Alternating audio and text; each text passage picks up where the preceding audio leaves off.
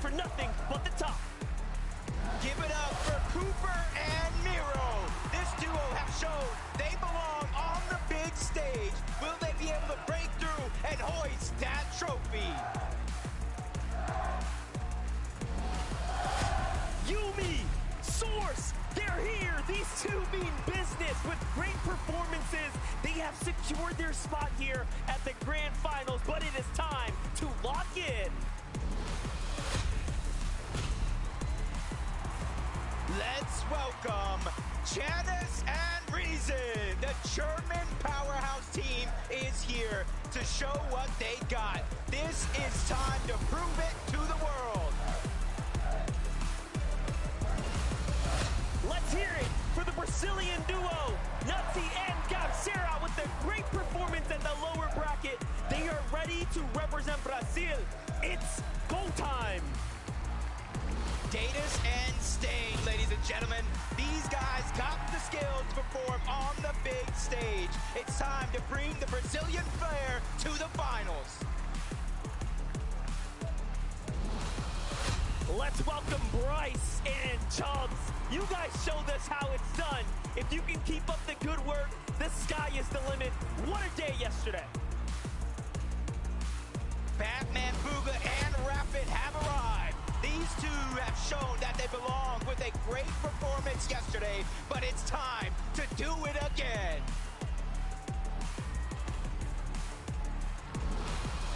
And now, Steno and Lucy. The Danish Dynamite is here. They're at the home turf. Let's hear what you got for them, Copenhagen.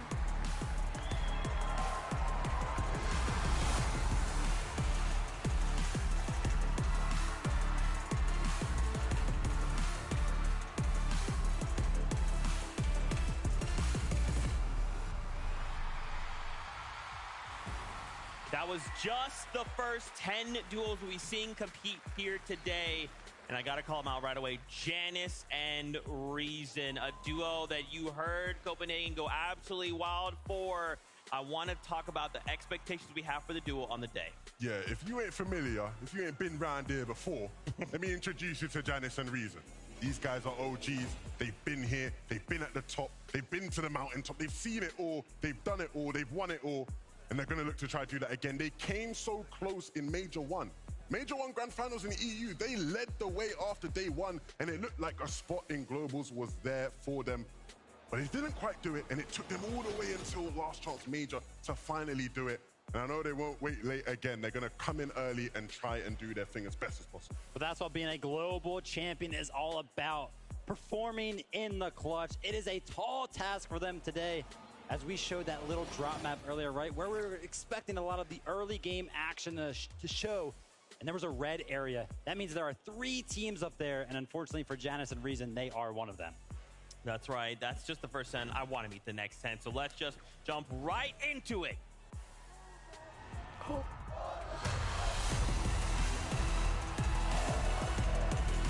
Give it up for Merstash and Tayson, one of the best duos to ever do it. Now it's their chance to show to the world they can do it again. And here we have Pixie and Cheatin. This duo has showed us that they have what it takes to perform at the highest levels, and now the trophy, it's so close. Give it up for Baila and Peterbot, 2 of the most dominant players on NA. With a championship already under their belt, they're looking to perform that here once more. Let's welcome Crisp and Noxie. These guys have showed great consistency for a long time. Let's keep it going because guess what? It's showtime.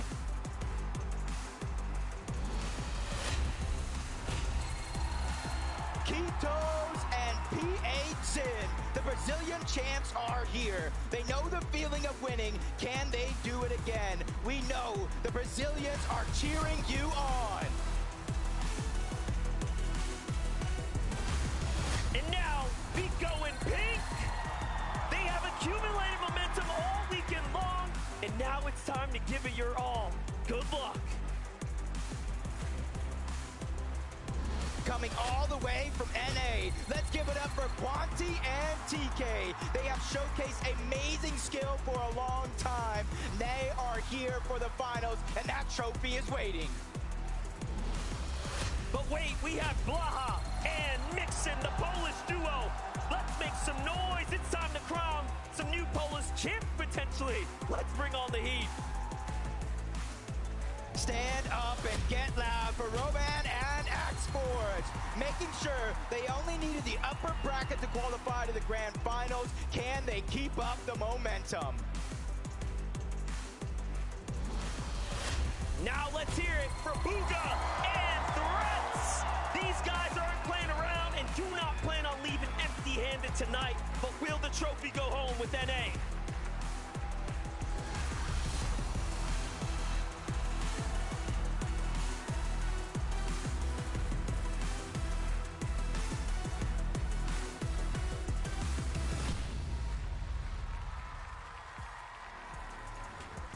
With every 10, it's starting to get more real and real. The duo we wanted to highlight here was, of course, your World Cup champion, Booga! You know we had to talk about it, Vivid. Imagine the World Cup title and then slap a global championship title on that. That would be crazy. What a career Booga has had, teaming up with Threats for this year, coming in major number 2, a 5th place, closing out major number 3 with a 2nd place. Not to mention Booga himself has 3 FNCS titles. I mean, what can't he do? One of the GOATs of this game, and I personally as a fan just want to see him lift a trophy on a major stage again. Yeah. It would be amazing. I'm hoping, man. Of course, we've got more duos to introduce. Let's get the next 10.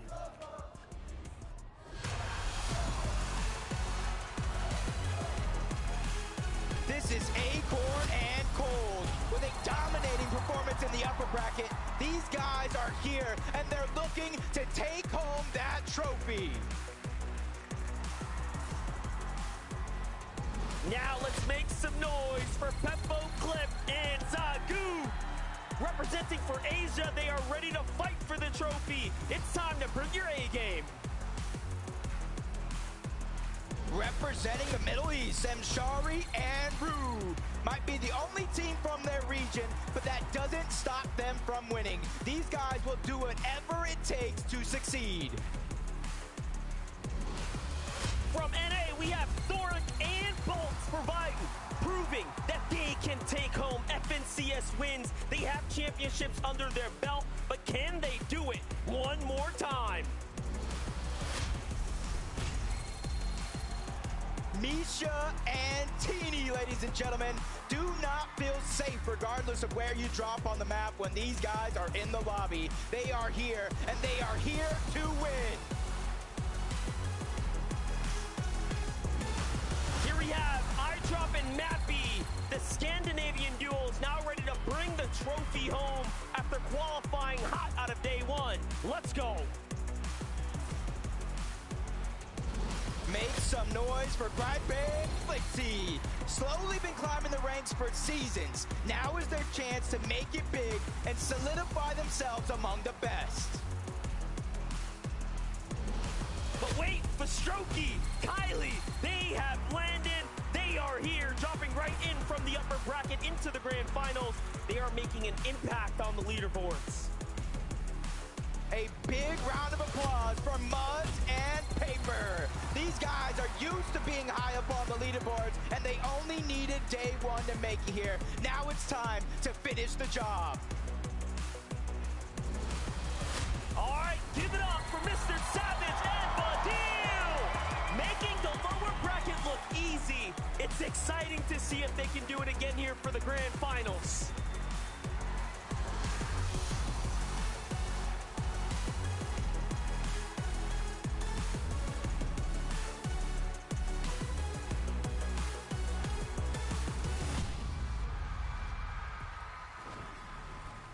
One step closer to games beginning.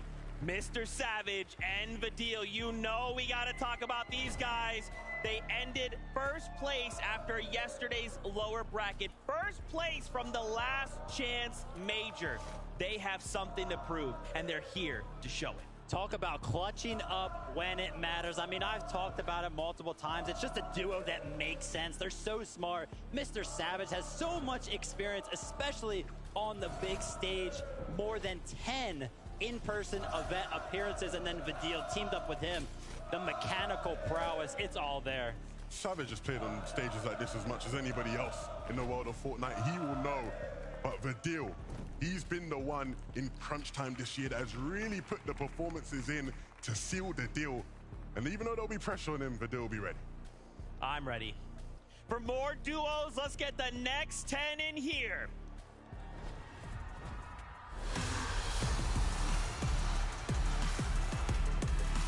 Let's get a big warm welcome for Yopso and Rise. Consistency is key here, and they proved it all year long.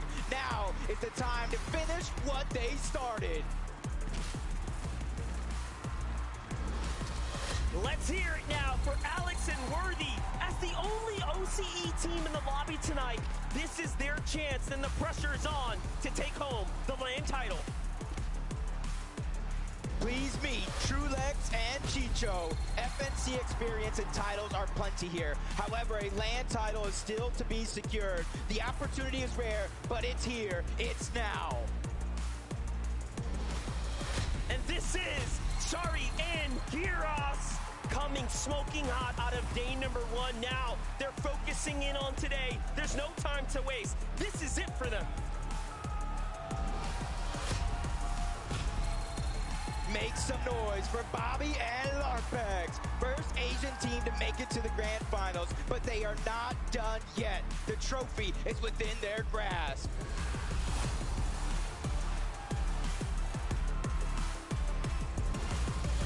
Pars in Baka, everyone. With a solid performance in the upper bracket, these guys have to be ready now more than ever to take it on in the grand finals. Here we have him, Ashedes and Striker. Brazil is not to be messed around with. These guys are here to prove they can challenge everyone on the international stage. Boyo and Sphinx are not to be messed with, taking home a victory royale in the upper bracket. They are now here to show if they can do it again. Pressure is on. Give it up for Queasy and Benno!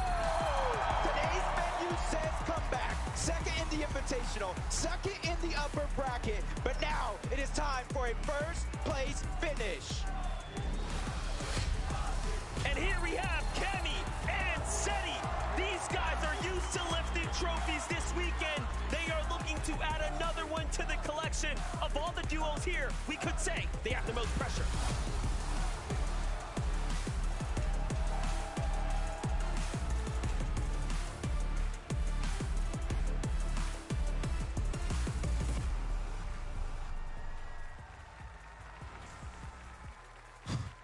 This is getting real.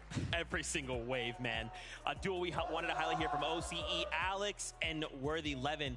We kind of have been talking about this every time we've seen them. Worthy, a phenomenal player. Then you pair him with someone like Alex, who OCE as a whole are just like, this is our guy. I can't wait to see how they perform. I am so excited about this duo, right? You know, it's rare we get to see some of the smaller regions step up the way they did in the upper bracket finals. 6th place is no shabby feat at all. And personally, when you look at their playstyles, Alex, man, one of the most electrifying players there is in Fortnite. When he turns it on, when he decides he wants to get in a limb, he's getting in a limb. Top 25 in every single game on day number 1. Can they do it again and represent OCE? Absolutely. Arena, make some noise. Let this last wave of players hear you. Let's meet them.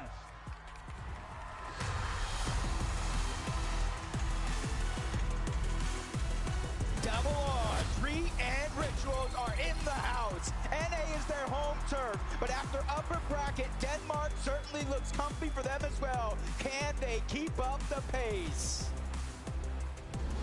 Don't blink, we have Hen and Bosque from last chance major to the lower bracket and then to the grand finals.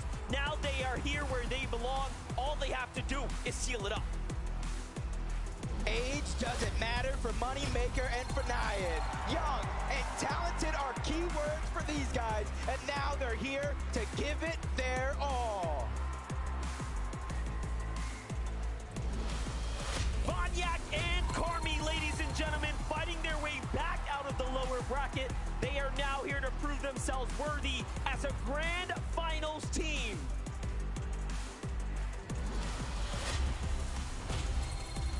Put your hands together for Duke and Edgy! With an NA Major 2 title in the books and a massive clutch on the day too. It's time to add another one. Tonight is that chance.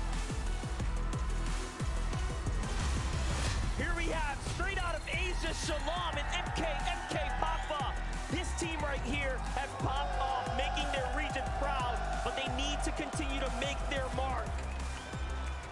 Welcome Kaizen and Clement. Making it to the Global Championship Grand Finals is an achievement in itself. However, there is still plenty up for grabs for this team. Let's hear it for Scented and Polarized. All of the FNCS experience has been put to use. It's now or never for these guys, and here they are to show it. This is Kanata and Agers, dominating the NA region, and now ready to dominate Denmark. Eyes are on the prize for these guys. Last but not least, Denmark makes some noise for Malabuka. Thomas HD. They are holding the fans high, and they're missing only one thing. That's an FNCS title.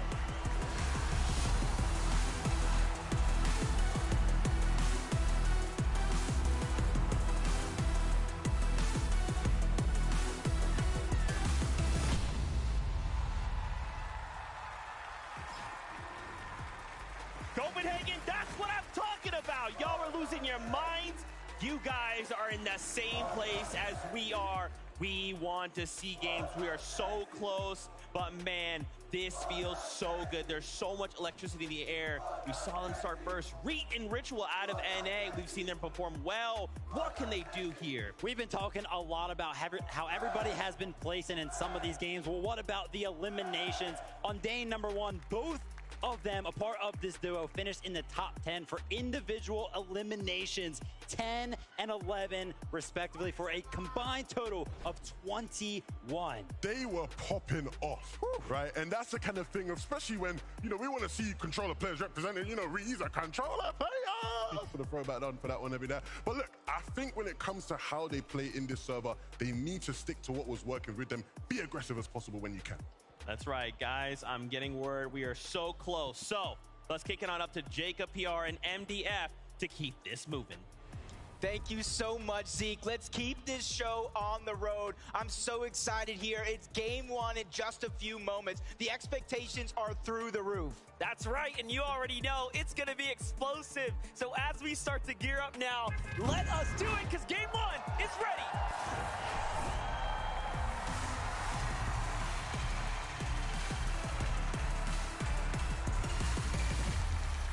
Game number 1 of the Grand Finals is upon us. We already know what is in store.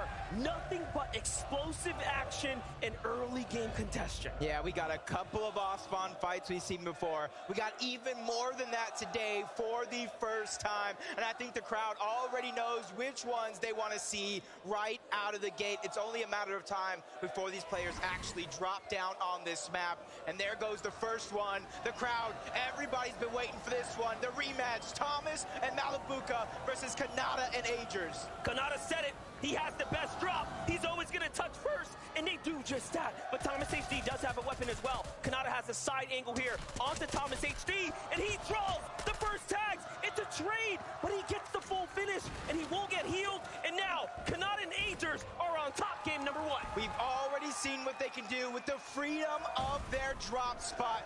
First place throughout the day, but they ended up in second. They're looking to mimic that type of play. Cammy and Seti, even though they might have been contested to start day number 1, they were able to pull through. They pushed that team away, and now they have claimed Frenzy Fields as their own.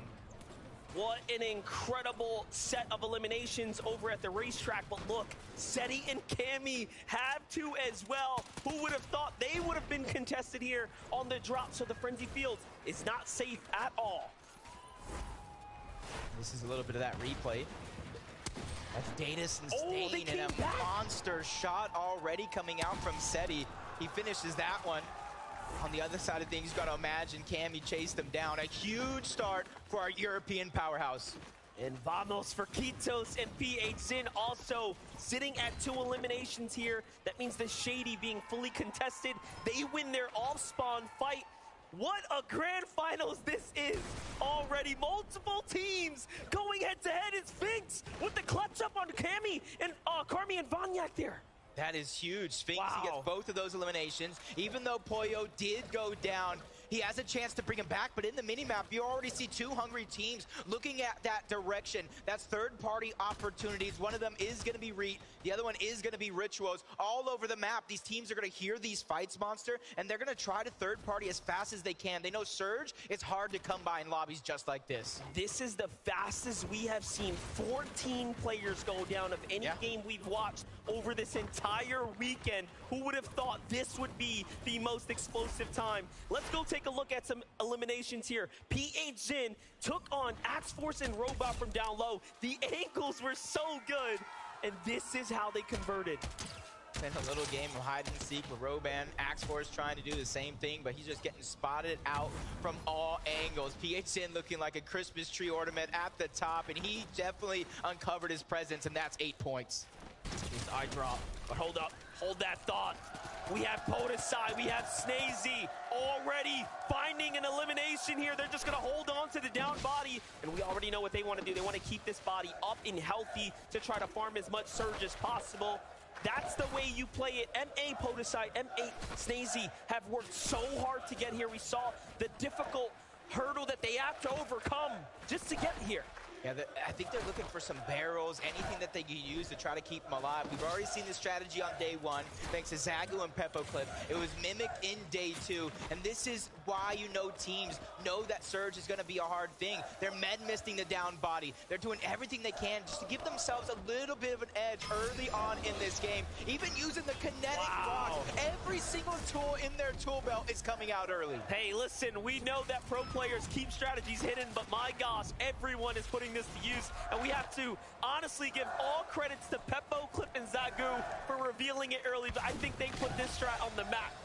Yeah, he's here. The French go very loud in the building. They like that strategy as well. And this is a fight I feel like we haven't talked too much about. Peterbot and Byla versus Bugha and Threads over towards Sanguine Suites. In theory, it's so big, you can split this drop. There is a ton of loot, almost 100 chests, maybe a little bit fewer than that, but that allows for both of these teams to play the way that they want. One of them has already captured that vault. It's got to be Peterbot and Byla. So Bugha and Threads, instead of contesting it, they're just trying to farm up. They're just trying to get their loadout set and ready so they can make their first rotation when the zone begins to pull. Let's not forget, Peterbot used to play with Bugha as well, you know, so there is some history there as they're going head-to-head, but Kaizen, Clement right now looking pretty solid here, just trying to get their rotation down. Pack team right on their heels. Meanwhile, Teeny potentially up against Thoric out there in the feed. We get to jump on over to Sentin and Polarized versus the youngins here. Fanyajin, Moneymaker's by himself.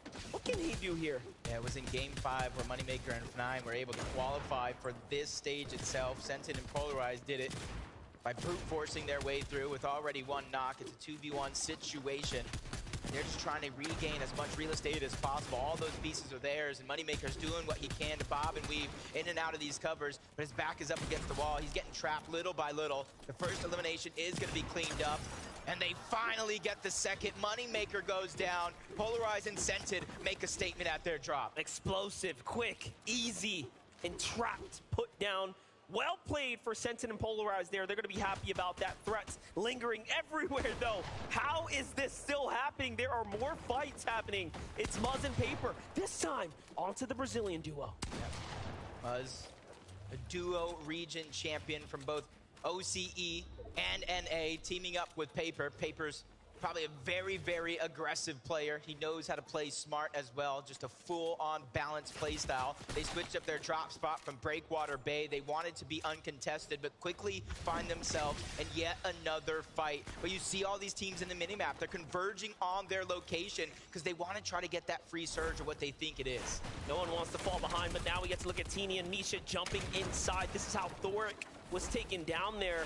Thoric and Bolts have a difficult task in front of them now that they have Misha and Teeny.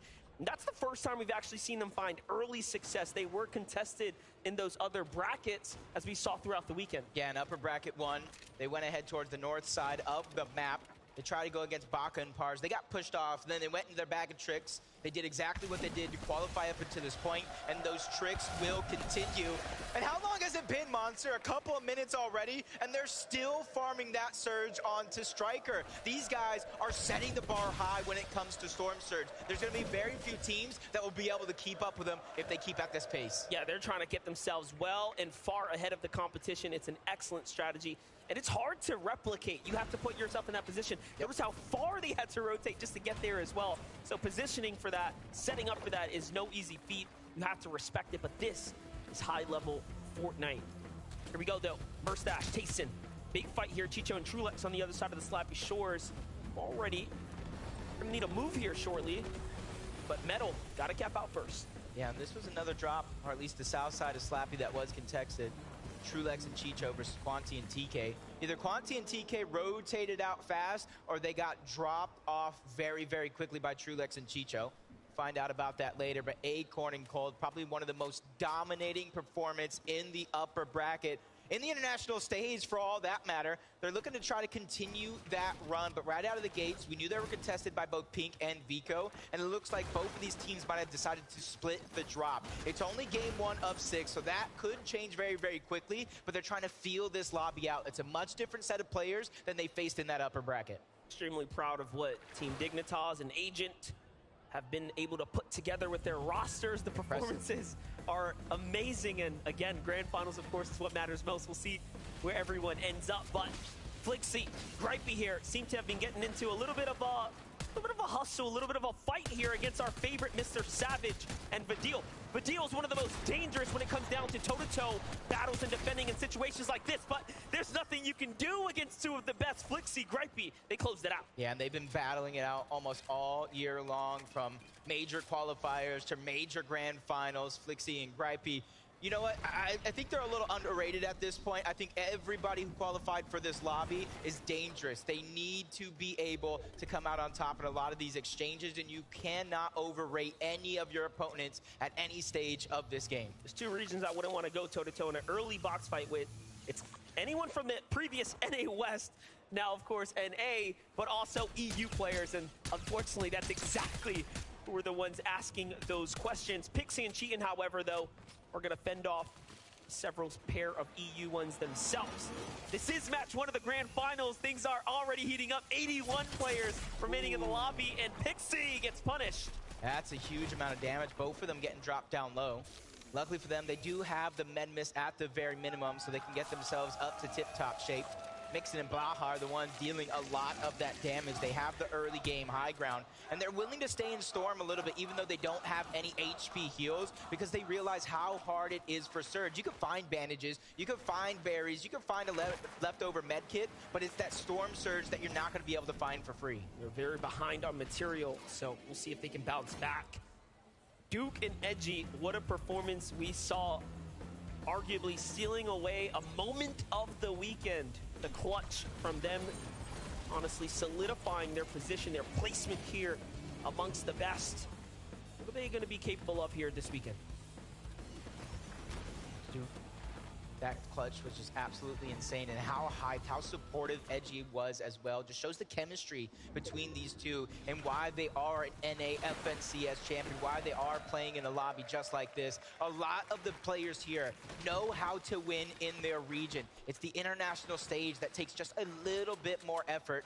Kaizen and Clement quickly trying to rotate. They're one of the teams, they just don't want to get stuck too far out in the zone. And I think if any of these 2 days have shown you anything, is you don't want to get stuck behind the rest of the lobby when they're trying to hold you out. It forces you to waste your heals. It forces you to waste all of your resources just to make it into the zone very, very early on. Super proud of Worthy and Alex, again, representing for OCE, the only team and duo from the OCE region to make it to the finals stage here, and they already have an elimination, something to be extremely proud of. They're on the move here. Gonna get dead center zone 3 right now. They've scored 30+ points in every match coming out of day 1, and day 1, by the way, was the most difficult of the 2 brackets. Yeah, and kind of shows how impressive it is, because Kanata and Agers did the same thing. They got second, and I believe Alex and Worthy were somewhere like 6, at least into the top 7. Reason and Yanis here over towards Breakwater Bay, and they've been traveling a lot. What they're trying to do here is they're trying to go to the slow side of the zone where the least amount of players will be sitting, trying to hold them out. The only worry that I'm going to have for them is where they're going to get their surge from. Have they got enough with those 2 eliminations already? Because as we know, those off-spawn battles, they don't give very much storm surge compared to what you're going to get through the mid and that late game. Yanis picking up the steady hands augment there as well, just waiting to really decide what direction he's going to take his augments in. You have to also now look to study those decisions moving forwards. But here we have AJS Bobby, AJS Larpex, of course, joining up together here. The Rumble Ruins is their home at the moment. And they're just looking around for surge tags, nothing yet. NA options in the distance. EU options here on the mountain with Vask. What's it going to be? Here comes the Rift Island. Ooh, this is going to get good. In day 1, we didn't see too many teams try to contest it. In day 2, it was like a house party on top of Rift Island. Everybody wanted to join, and it does look like Hen and Vasquez might be the first ones to try to contend it. They did get it in game 1 of the lower bracket, and that was a huge part of their success very, very early on. They were able to keep up the pace and eventually qualify for our grand finals here today, and they're looking to try to mimic that. And you see, there's not very many other players that are going up towards Rift Island, so that might be a free 15 points and very, very valuable slurp juices. Exactly. For those of you in attendance here, for those of you looking back at this island is worth 15 points if you can secure the objective. It is going to draw in the lot of the players. If you can get 15 points, that is the equivalent of 3 or 4 eliminations worth of points there. So it really can set you very far ahead. This becomes a very interesting time to play the game now for Miro and Cooper, because they have decided they want to fight for it, and they are a very dangerous team when it comes down to them making a decision and sticking to it. They'll commit.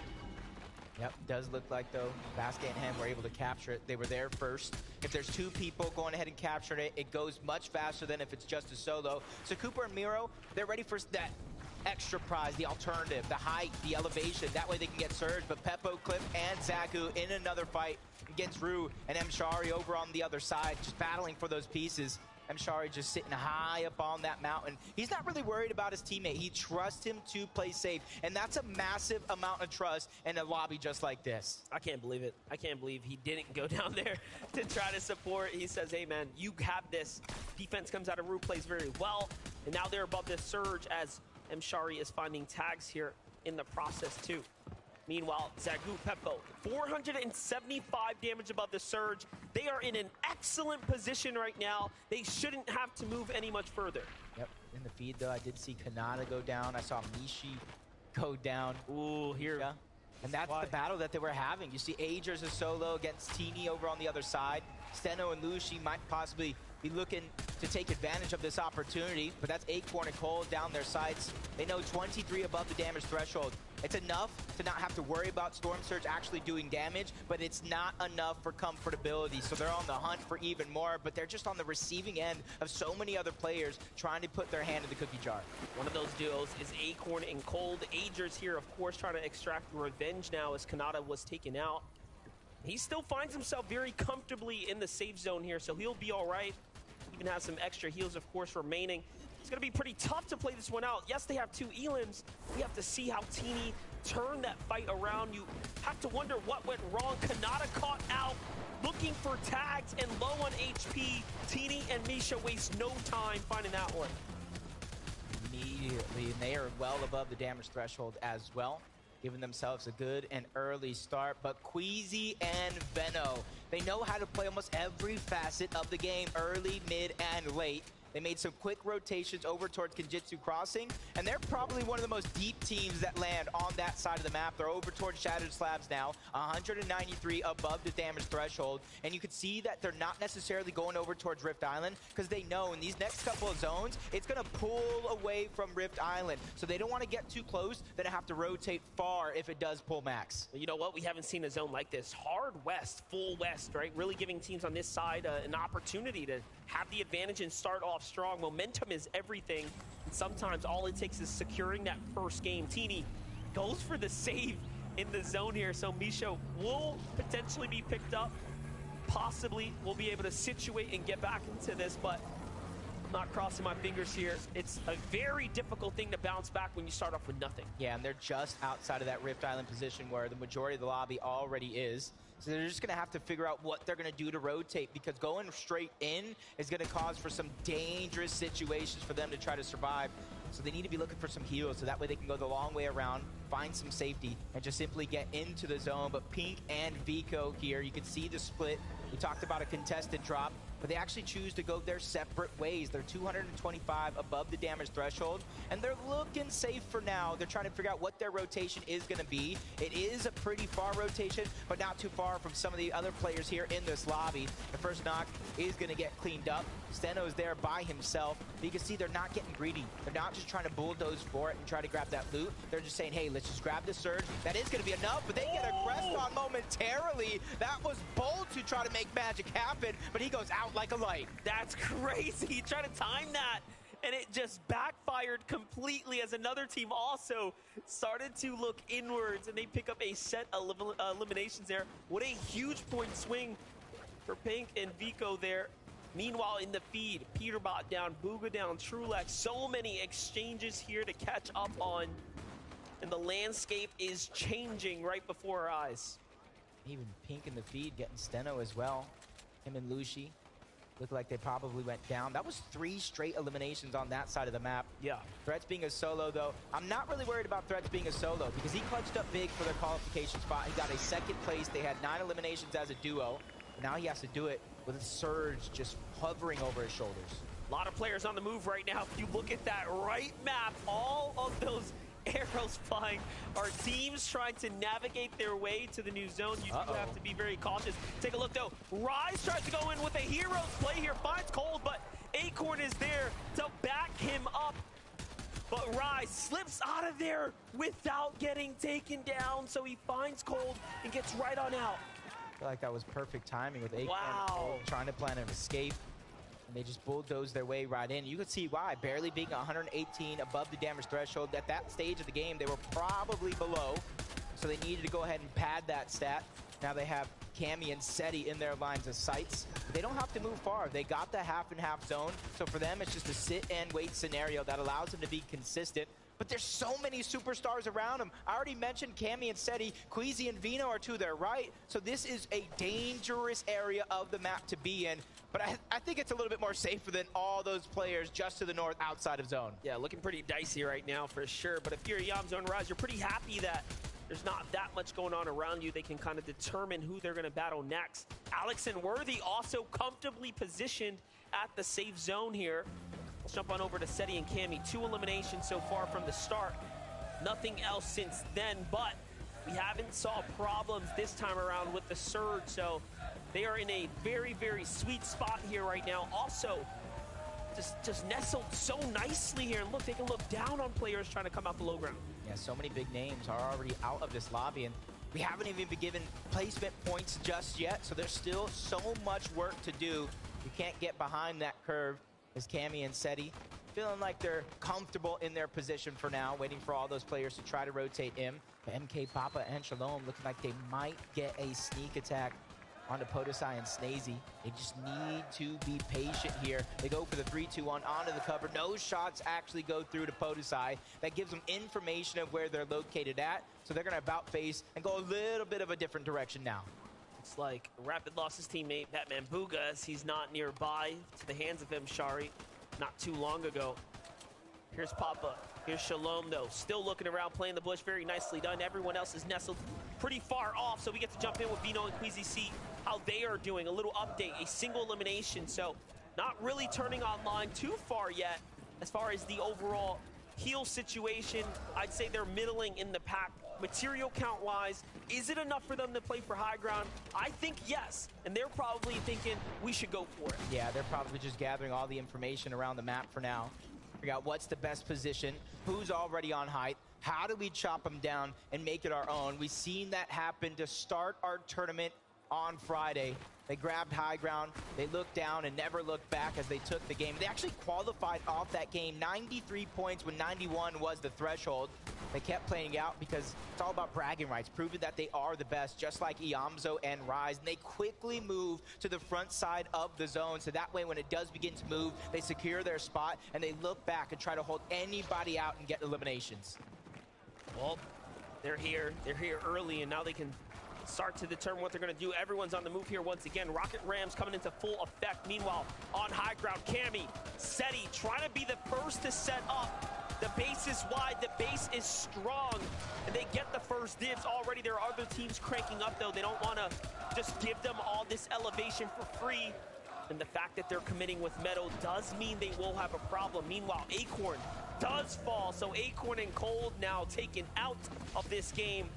Chicho left by himself to play this one out as a solo as well. Those were his last remaining builds. He's trying to do it by himself. He's trying to play patiently, waiting for anybody to run past him, not knowing that he's there. Try to hit a little bit of a peekaboo. And that's going to be a massive refresh because not only is it hoping it gets the Siphon mats, it gets the Siphon itself to get his heals up. And that's going to be big. Duke by himself, though, on the other side, which honestly, I don't have too much of a worry. We saw a 1v2 clutch from Duke yesterday. We know anything is possible here this weekend. And now placement points are finally beginning to set in. It is very few for now, but there's still more to come if you can survive. That was an excellent time to update the standings, updating in real time right now. So from here on out, as teams fall, placement points will be rewarded. It is really about surviving this gauntlet of action to come right now. The Surge is equally active. Worthy's going to find the solo Mshari. Big pickup for him. And Flixie and Gripey leading here with 5 eliminations now. Front side of the zone, team gets right in front of him. He tries to see for the box up, but no. It's more important to stay safe right now. Look at the rotates here. You love to see it. Excellently done. Flixie and Gripey are really playing well right now. Yeah, sacrificing some HP. That way they can go to the front side. The high ground battle's going to begin. Cammy and Seti, Vino and Queasy with the bounce pad. The fadeaway shot unsuccessful from Queasy and Vino. So the kings of the FNCS Invitational are still on the high ground for now. As Cammy's looking to come crashing down. He's built a little bit of a tower, so he doesn't go too far. So all the battles being forced lower and lower, down in the mud. Duke trying to fight with his back up against the wall by himself. Multiple duos beginning to surround and hound him. Top 17, though. All these points as a solo are massive for their run here in this competition. This is a battle for ego, undoubtedly. Duke looking to see what he can set up. Turns around, breaks everyone off. Fight. Down goes Cammy. And down comes Cammy. And then he's looking to target him. Duke is the destruction here in the lobby by himself with the knock. What a beautifully timed landing spot there. But Cooper, hot on his heels here next door. They know he's here. Miro comes in. They're trying to hunt him out, but he's off to the races. Finds Pixie. Big tag. You know Duke wants to finish this one. Can he get it? In he goes. It's only going to take a single tag. He's under the ramp. Goes for it. He gets it there. Nicely done. Takes out Cammy. Takes out the next one as well. The list of eliminations keeps on climbing before he finally falls. Into the top 10 we go with Flixie also a solo in this game. There's 4 total solos still left alive. No builds. He's trying to make a play, but from the outside of the zone, he goes down. It's Mappy, it's eye drop on high ground. Take a look, Ree is still alive. Seti is still alive. Playing the backside of his own, excellently done here. But the high ground comes down a little early. He has a true chance. Seti brings him down, and now he is the one on top. Can he clutch this out? By himself, against all odds. We thought it was over, but Reek has other words for everyone in the lobby. He goes down into that top 4 we go. The only solo left alive, well, you saw him moments ago. It is going to be Seti. Cooper and Miro almost won a game yesterday. It was stolen away by both Bryce and Chubbs. Now they're going for some toe tags on Pollo and Sphinx. NA counterparts going at it. I drop on the other side, but he gets taken down by the NA duo. Huge shot by Miro, trying to go back to back, but they fall down the mountain. That's going to allow for Pollo to survive momentarily, but Cooper hot on the chase. He sacrifices himself to go for the elimination. Seti out of nowhere. Final 2 teams. Miro's trying to stay alive, but there's one duo still left alive, but it's actually a knock. Miro versus Sphinx. NA versus NA to take game number 1. Incredible that NA will secure this here, but talk about the turn of events here. Miro taking down Seti, putting his name in the conversation. People forget what Miro is capable of, but now it's a 1v1. Old blood versus the new. Basically, Miro showing, hey, I'm the big dog of the region. Sphinx says, I want to prove that I can do it. We already know he's got the mouth in him, but can he put the bullets where they need to go? He needs to put some respect on his name. Miro running out of builds. That's his last chance. He falls all the way down. Miro goes out. That is Pollo and Sphinx. That is their second victory royale on the weekend. What an excellent job there. We already saw them take a win in the upper bracket that even bring them this far into the stage, and now they are proving that they can do it on the biggest stage against the best. That's going to be it from us, though, because I want to hear what they have to say about being the only team with 2 wins on the weekend.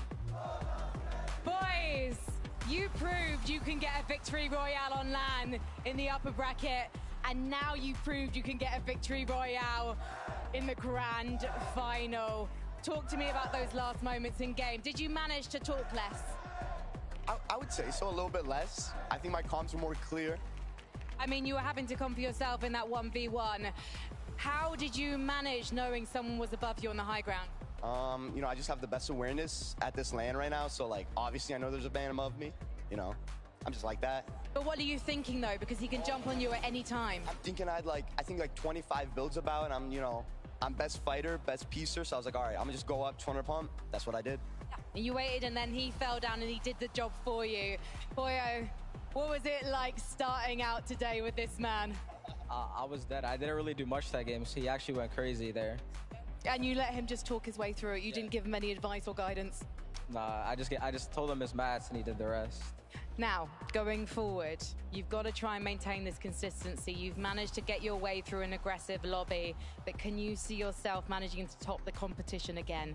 Yeah, we just need to live off spawn. I think we can do good at literally every game. All right, well, good luck in those off-spawn battles, boys. Congratulations. Everyone give it up for Sphinx and Pollo!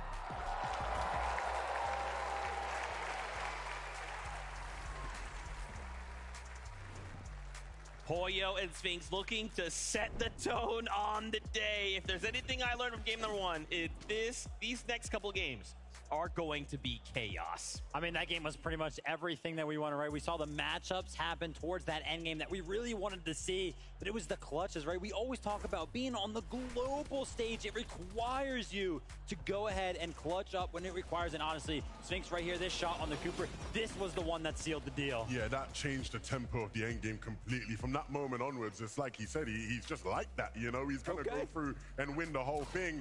And I mean, it wasn't an easy finish, right? They were going back and forth a bit. It was only the materials that was able to let Miro down, and Sphinx was just had a bit more left in the tank. Even though, actually, you can see he had none. He just was playing around with the stairs, and it wins him the game as well.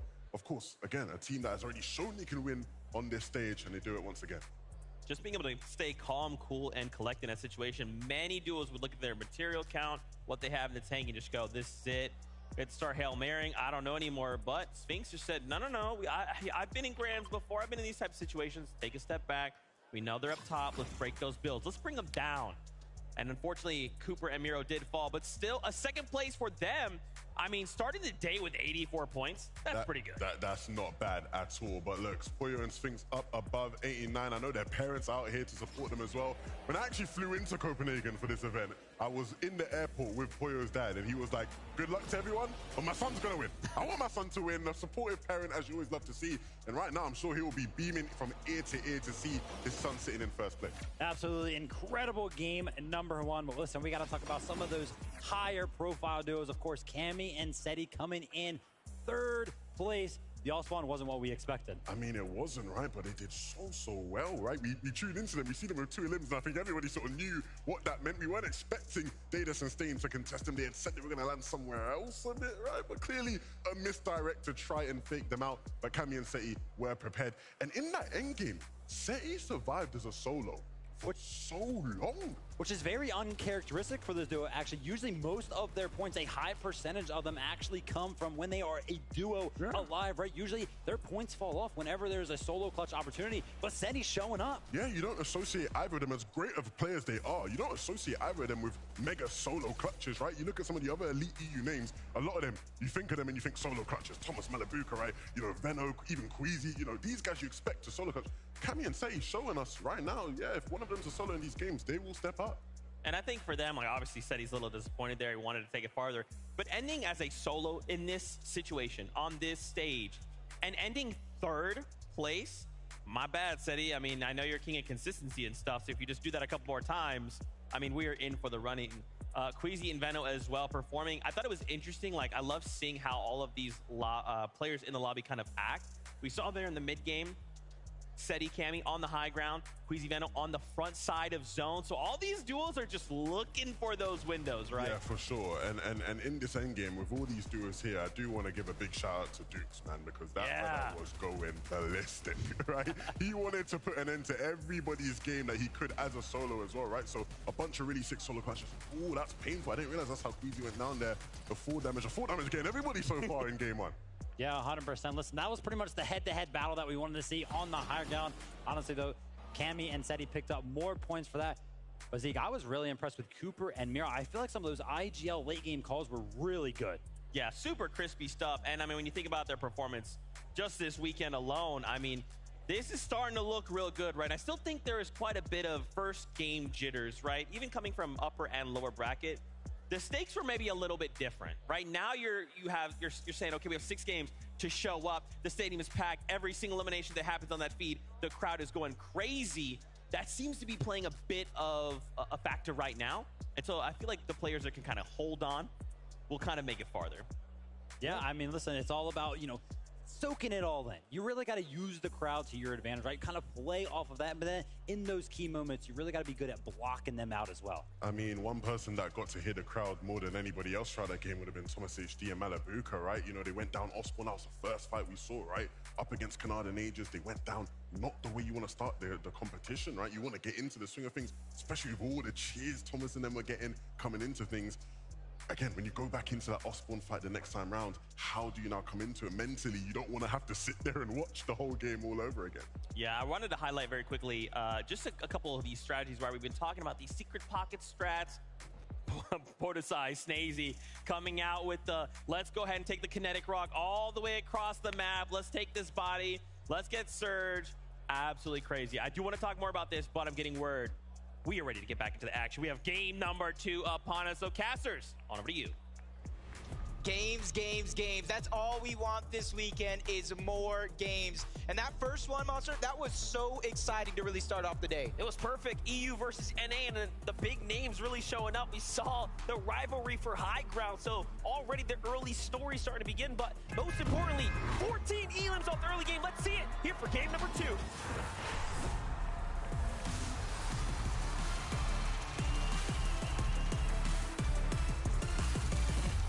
We're in it. We're here to win it all. A huge early game that was won by both Pollo and Sphinx, and they carried it all the way to the end. I said they were the first team to get 2 this weekend. Will they be the first team to go back-to-back and get their 3rd victory royale on the weekend? Only time will tell for that one. But the rematch, probably everybody here in the arena wants to see. Thomas, Malabuka, Kanata, Agers, let's get it. Let's watch it. Sphinx is going to be able to watch in the distance there, too. So who's going to be the first to touch down? Who's going to be the first to land? Shots coming in this time. It's Malabuka who gets tagged. So does Agers. So both sides already. And Malabuka gets a weapon. He finds Agers with a huge tag. Kanata's already down. And they're finished. They're done. That was a huge start for Malabuka. Gets that Havoc suppressed and immediately goes to work And it was him. It was actually him who was getting tagged out of the sky. I thought that was going to be a huge advantage for Canada Nagers. They weren't able to clean that one up. We saw the contested fight in the replay. The first game, Cammy and Seti get pushed off the actual barn. So it is going to start as a little bit of a split drop here over towards Frenzy Fields. It really shows us that they were caught off guard game one for the 50-50. Here's TK, here's Quanti over at the Slappy Shores. They are also contested down in this area by Tayson. And you can see that they just barely got away with it. Actually, it was Chicho and Trulex as well. Remember, there's like about 3 teams here, actually. Slappy Shores is just not big enough. Everybody's trying to go to the beach someday. But for now, the actual south side of Slappy is going to go to TK and Quanti. They have access to that vault. It isn't the most massive vault with Mythics, but you still are able to get a ton of loot. And Misha and Teeny doing it again. They switch up their drop spot once more. They go on over to where Baka and Pars is at, and they're going to go ahead and sneak. They haven't really looted up at all. Will Baka and Pars take the bait? This is a very interesting position to be in, of course, because you have the chest here as a potential option. So you have to think about it. Anything can happen here. I feel like everybody at this stage in the game has been conditioned to know this is a viable strategy. Because like I said, in the lower bracket, in the upper bracket, they were contesting Baka and Pars. Didn't work out for them. They switched up their strategy. They started doing exactly this, playing roulette with their drop spots to try to sneak up on some teams. And that inevitably was what got them across the finish line. And it's only a matter of time before Baka and Pars go in this direction. It's no matter what the result will be. And this is what we talk about, teams hiding strategies, teams really sitting back and thinking about, okay, what haven't we tried yet in the upper bracket and lower bracket that we're sitting on, that we're waiting on, that we can then put into play to give us the advantage on Championship Sunday. They have some sorts of feeling. See them hopping over the covers. They know they're around here somewhere. They probably already seen them drop just a little bit, but the bait has been taken. Down goes one of them. Misha and Teeny strike yet again. Now Pars is stuck by himself, and immediately you see him creating distance between him and his counterparts. He doesn't want to be the next one on their hit list. And we don't want to be the ones to give away the edge. So to keep it low, to keep quiet there was a tough one, but take a look at that. Misha and Teeny, 2 games in a row. Surprise, surprise. They have made so much adjustment from the upper bracket to today.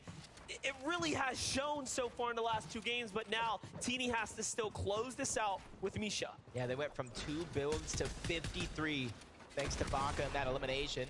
Pars is trying to fight with his back up against the wall. Shots also coming in from the third party. Everything comes crashing down, but Pars is still able to put up a good defense for now. But Teeny's hot on his heels. First shot could be landed. Pars goes down to the low ground, and the 2v1 has been secured. Misha and Teeny strike first. What a play. What an ambush set up there. Definitely highlight worthy. Meanwhile, we jump in with Vico, Pink. Their drop spot split by Acorn and Cold. You can see that they have lost a fair amount of the advantage of the general area, but it hasn't affected them that much. They have still maintained a very, again, more or less successful setup.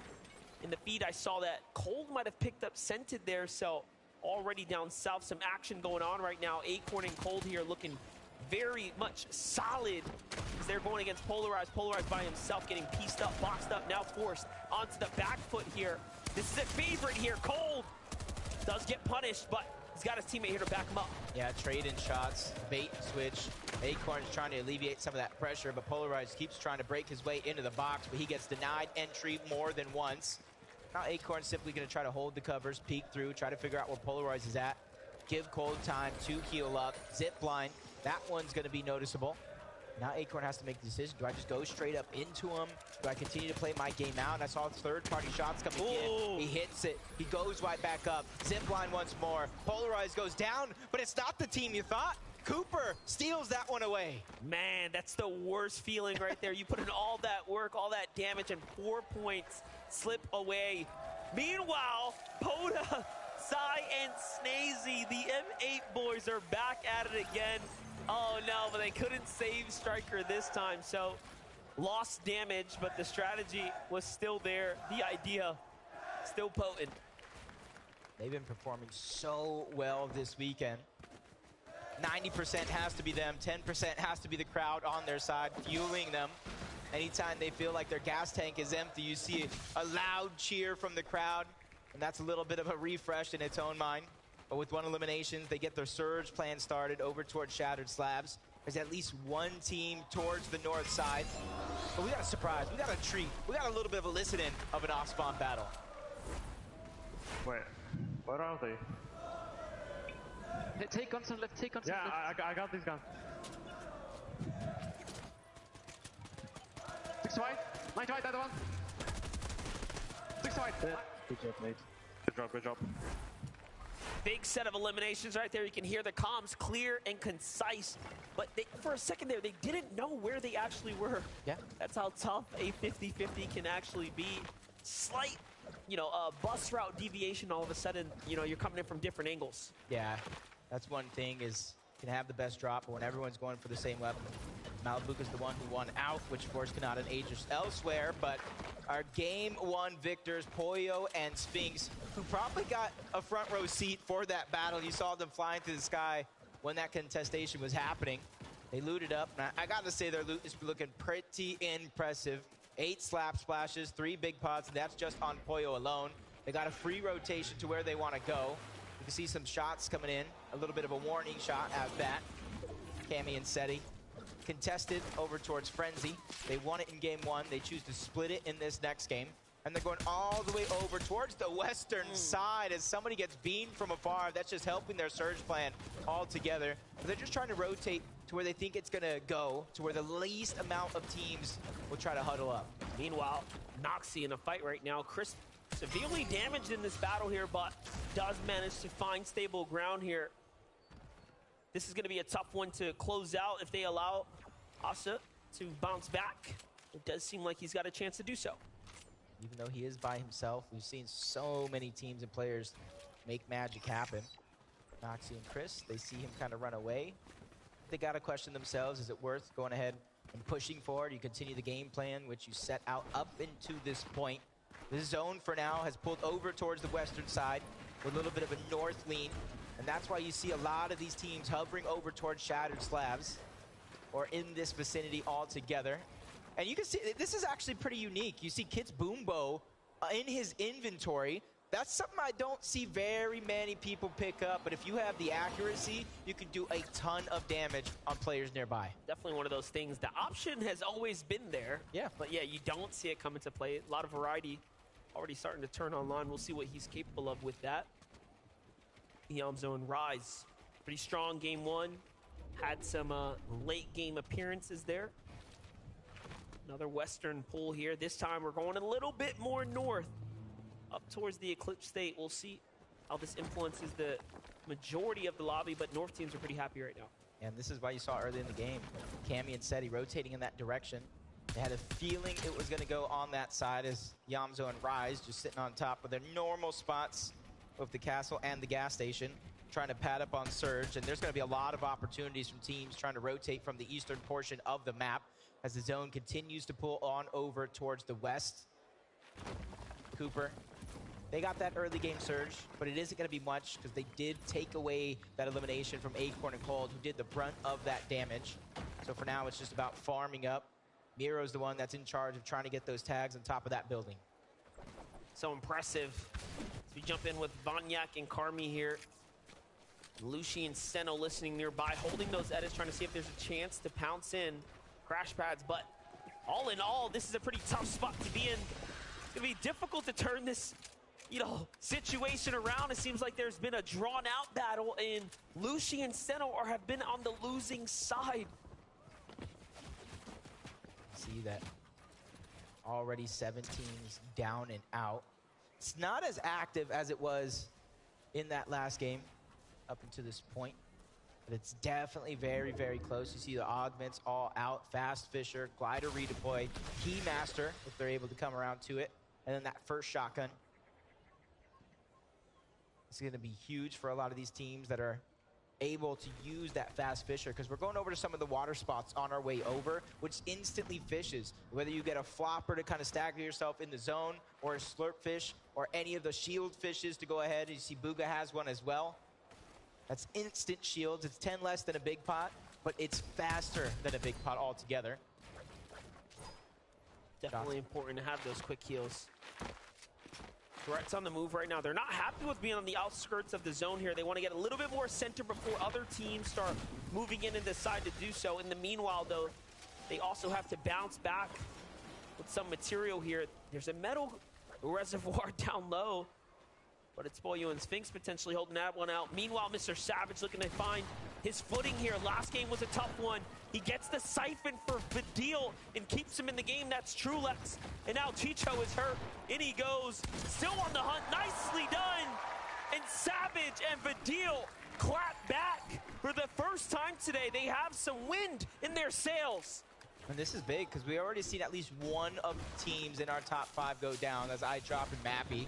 And as long as a couple more of those teams at the top of the leaderboard go down, that opens the game up wide open for any of these teams to overtake that spot, since it is very, very early on.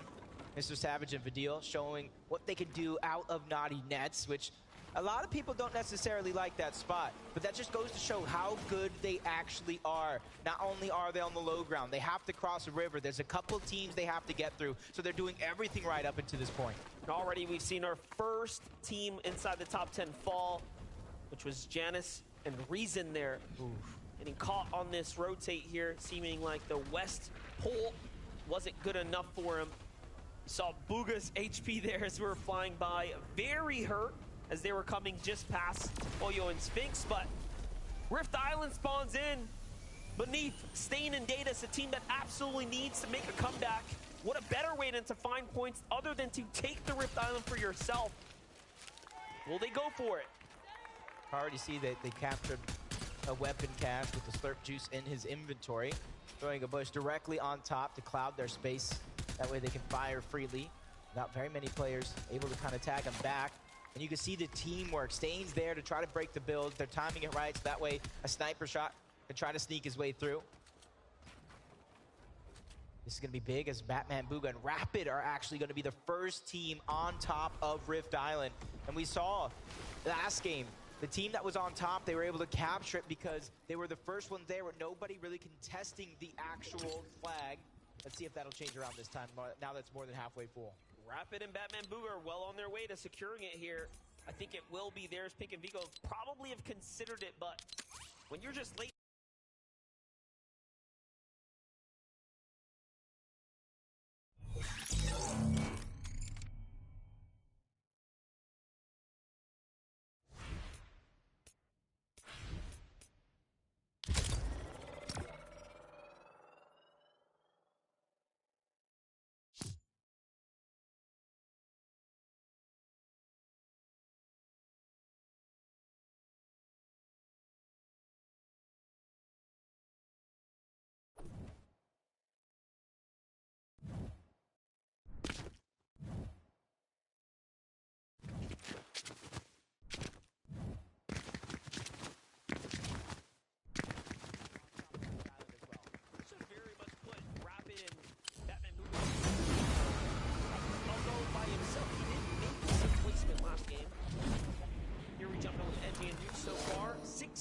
Above this surge, they're going to be well and fine here.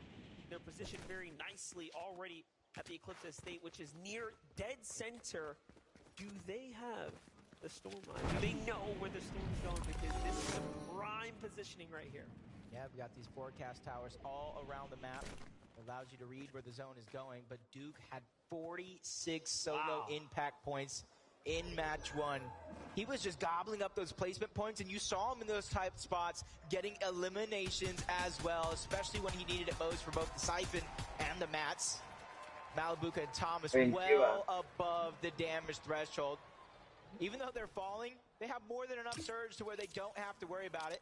For them, they're just trying to see where these teams are positioned at to try to make their own rotation in. The zone continues to pull towards the north side of the map, over towards Eclipse Estates. So if it stays there, this one could get dicey because there's some unbreakable walls, there's a surrounding water, there's even the moon there that we saw Cammy and Seti use early on in this tournament.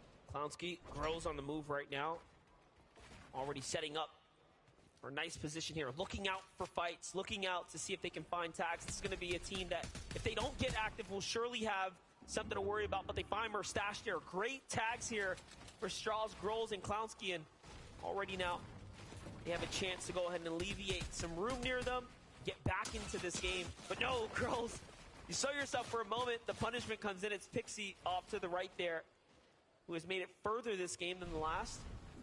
Meanwhile, Yam's own Rise potentially taking a fight, but no, they are out. Bugha has not been able to secure the health that he lost from getting this far. Oof. Wow. Down goes Bugha. It shows exactly what you're talking about. Without that heals, he's not able to get the HP up, what makes him an easy target through the sky. Now he's a focus that they know the knock's there. This is 4 points that the team is going after.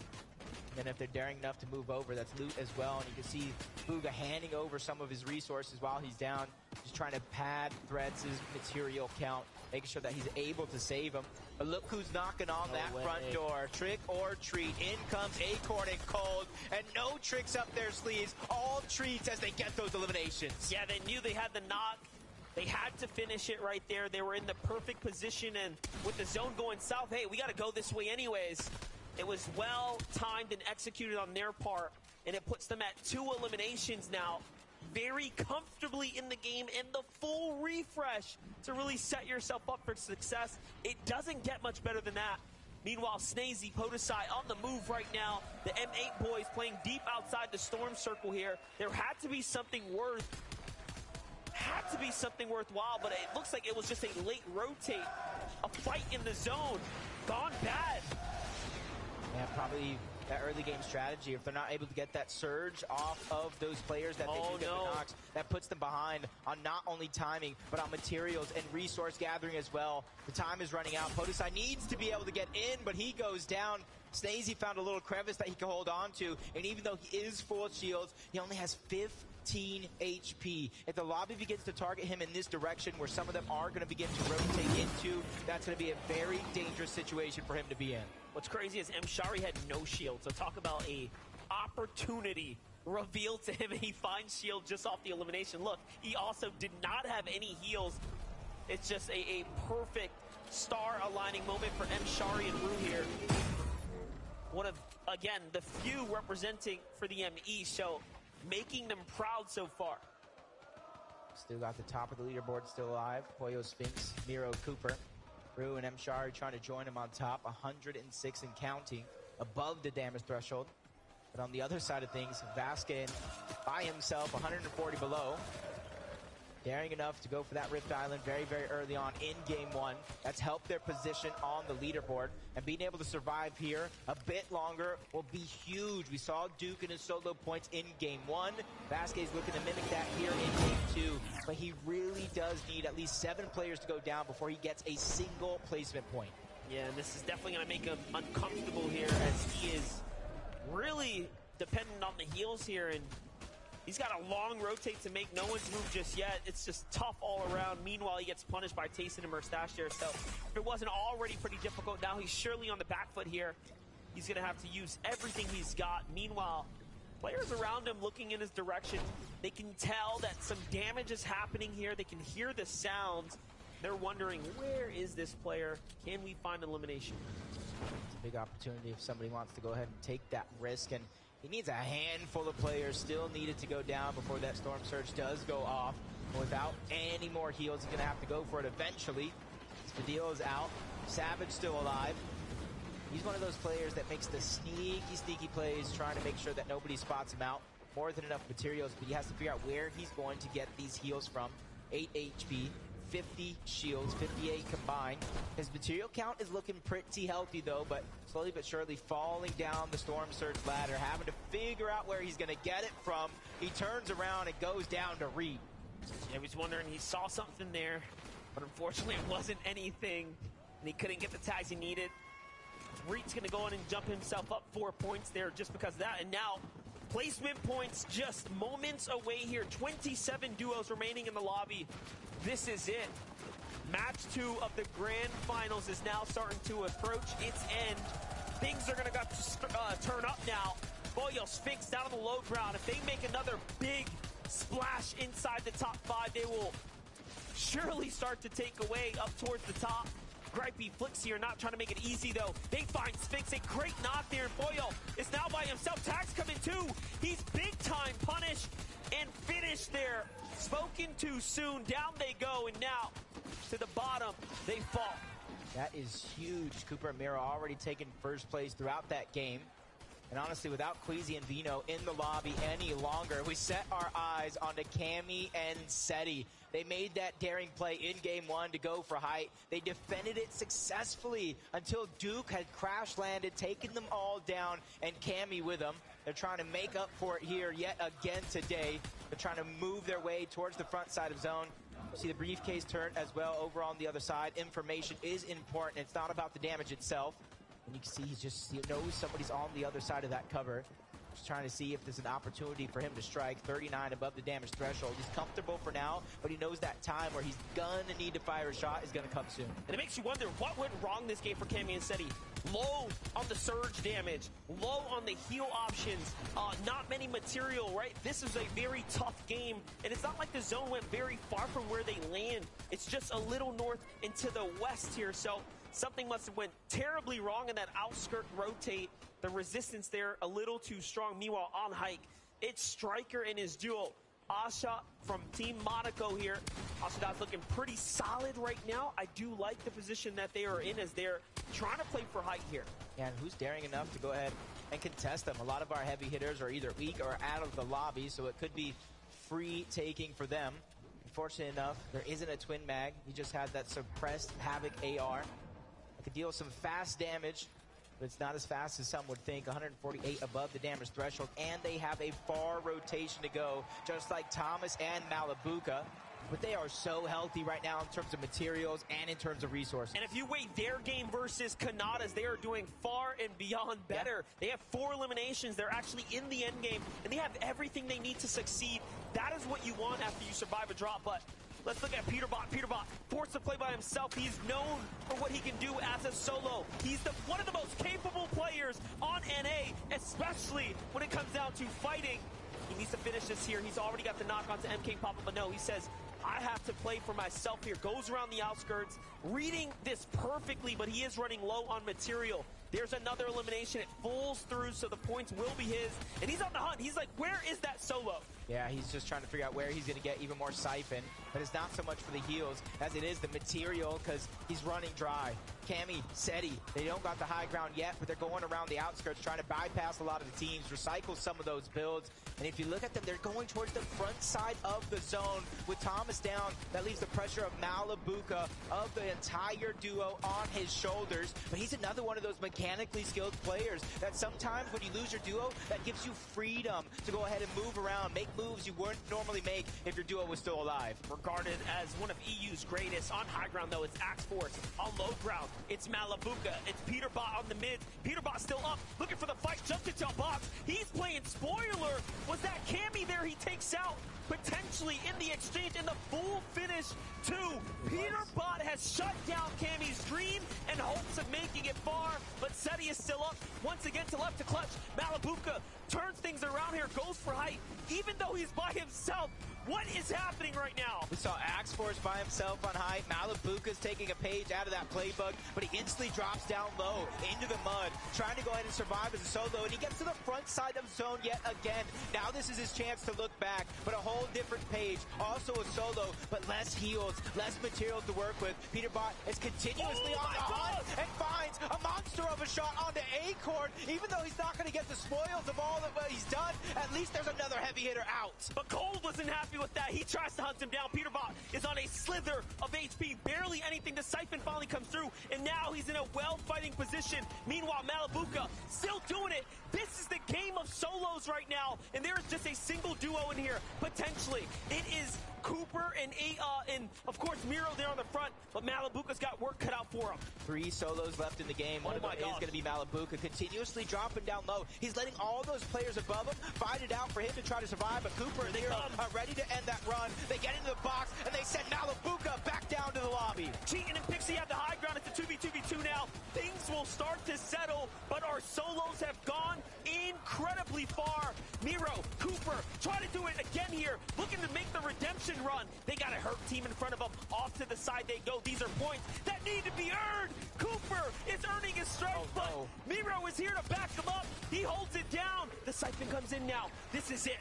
This is a 2v1 situation. Pixie and Cheatin', they're trying to go ahead and go against him. That's Chari there as well. An all-solo endgame. Cheatin' trying to join Polo and Sphinx as a team with multiple wins this weekend. Back-to-back shots. He's already been able to get one. Miro out for redemption in that last game, but he has no materials.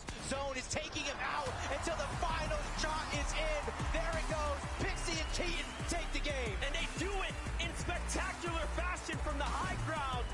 Securing the dub, securing the win. What an excellent performance. Performance indeed. Let's see how they're feeling. Frankie, take it away. We're seeing duos come back to prove that their victory royales were not a fluke in the past couple of days, and they're doing it again against the toughest competition. How does it feel to get yet another win? It's feeling really great, bro. We are full stacked again like yesterday, and we just played it all again. Do you think that these duos are letting you have it too easy? Yeah, of course. It's interesting because you guys were not a duo at the start of the year. You were with different partners. You had to find each other. Why do you think the two of you have come together and managed to dominate this LAN so far? We're both really smart, good fighters. That's all we need. Do you not need brains as well? Nah, we have enough brains. You've got enough brains, but really you're all about the firepower. Listen, I want to give you the opportunity to talk to your fans right now. I know that you've got quite a few in the audience as well. Have you got anything you'd like to say to them? Thanks for everyone supporting me. And would you like to say that in Polish? I don't know. No? Okay. Would you like to say anything? Thanks for my family who is watching right now and everyone who supports us. Well, thank you, guys. Congratulations. Let's see if you can keep it up as we head back to the desk.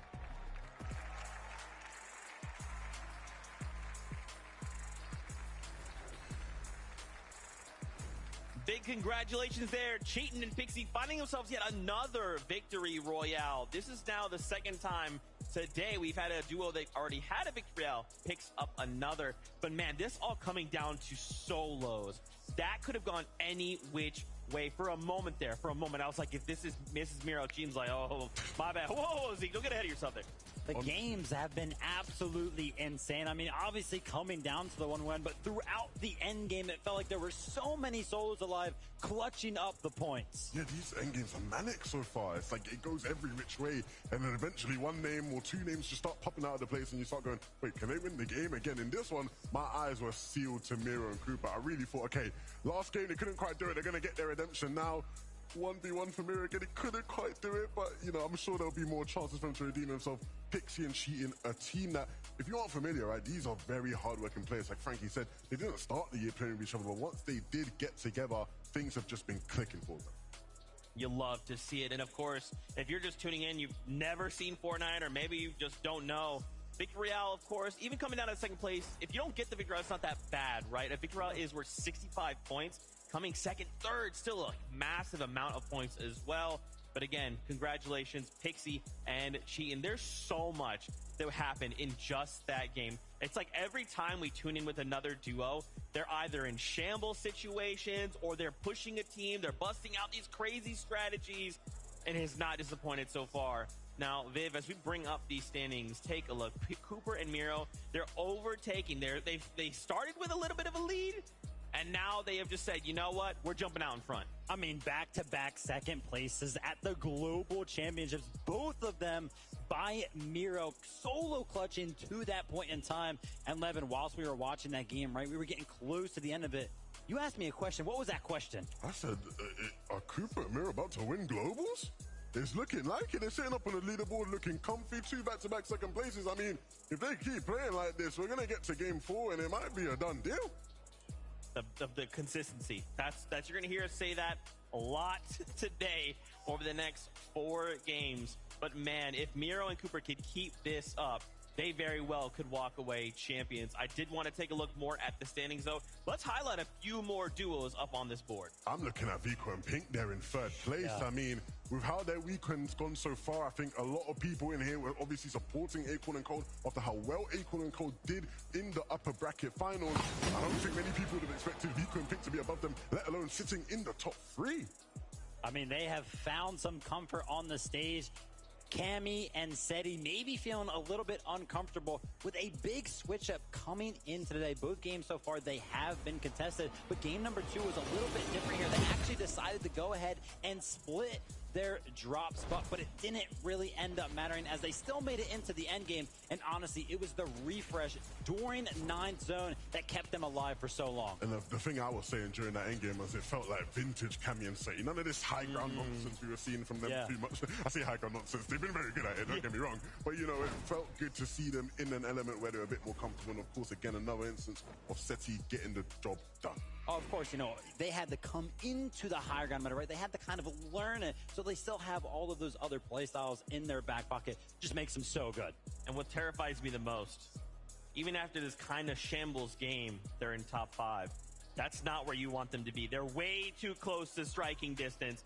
But that's enough for right now. We have Kelly standing by on the stage right now with Lois. That is right, Zeke.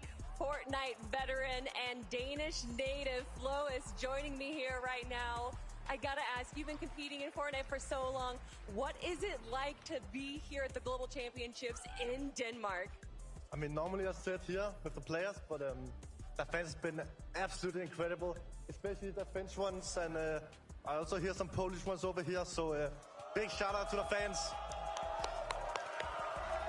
I mean, it's been an incredible weekend so far, from the fans to the players. What has been your favorite moment out of the competition? I mean, it was first day here, so I mean, the fans is probably the most important thing here, and I also like the game 1 ending with Miro almost clutching up as a solo, but yeah. Well, then he almost did it again in game number 2. So with that being said, I gotta ask you, who is your favorite to win? I think right now, I think Miro is gonna win, but I obviously hope for my Danish boys, Thomas HD and Steno and Lucio. Flois, this just means so much to me to be able to talk with you. I've been watching you play for so long. And what is it like to watch just all 50 duos here competing on this stage? I mean, it's absolutely insane. Like everyone from the other regions, I normally only play in EU, so to see people like Asia region, Middle East, and also shout out to the one OC duo, Alex and Worthy. Thank you so much, Flois, and I can't wait to watch the rest of the games with you, but we're going to be heading back to the desk for now. Thank you so much, Kelly. Fortnite fans, if y'all are up in here, please go say what's up to Flois. He's absolutely amazing, super wholesome. But, as much as I want to talk more about what happened in game number 2, getting word game number 3 is ready. We're getting closer and closer to the halfway mark, so don't miss out. DJ producer, 2 friends will be here for the halftime show right after this next game. So let's get on into this next one. Casters?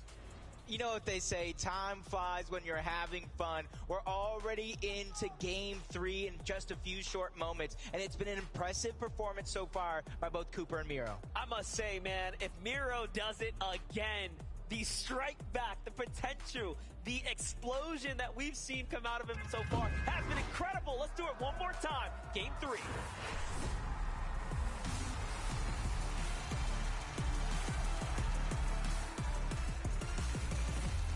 Game 3 of the grand finals is here.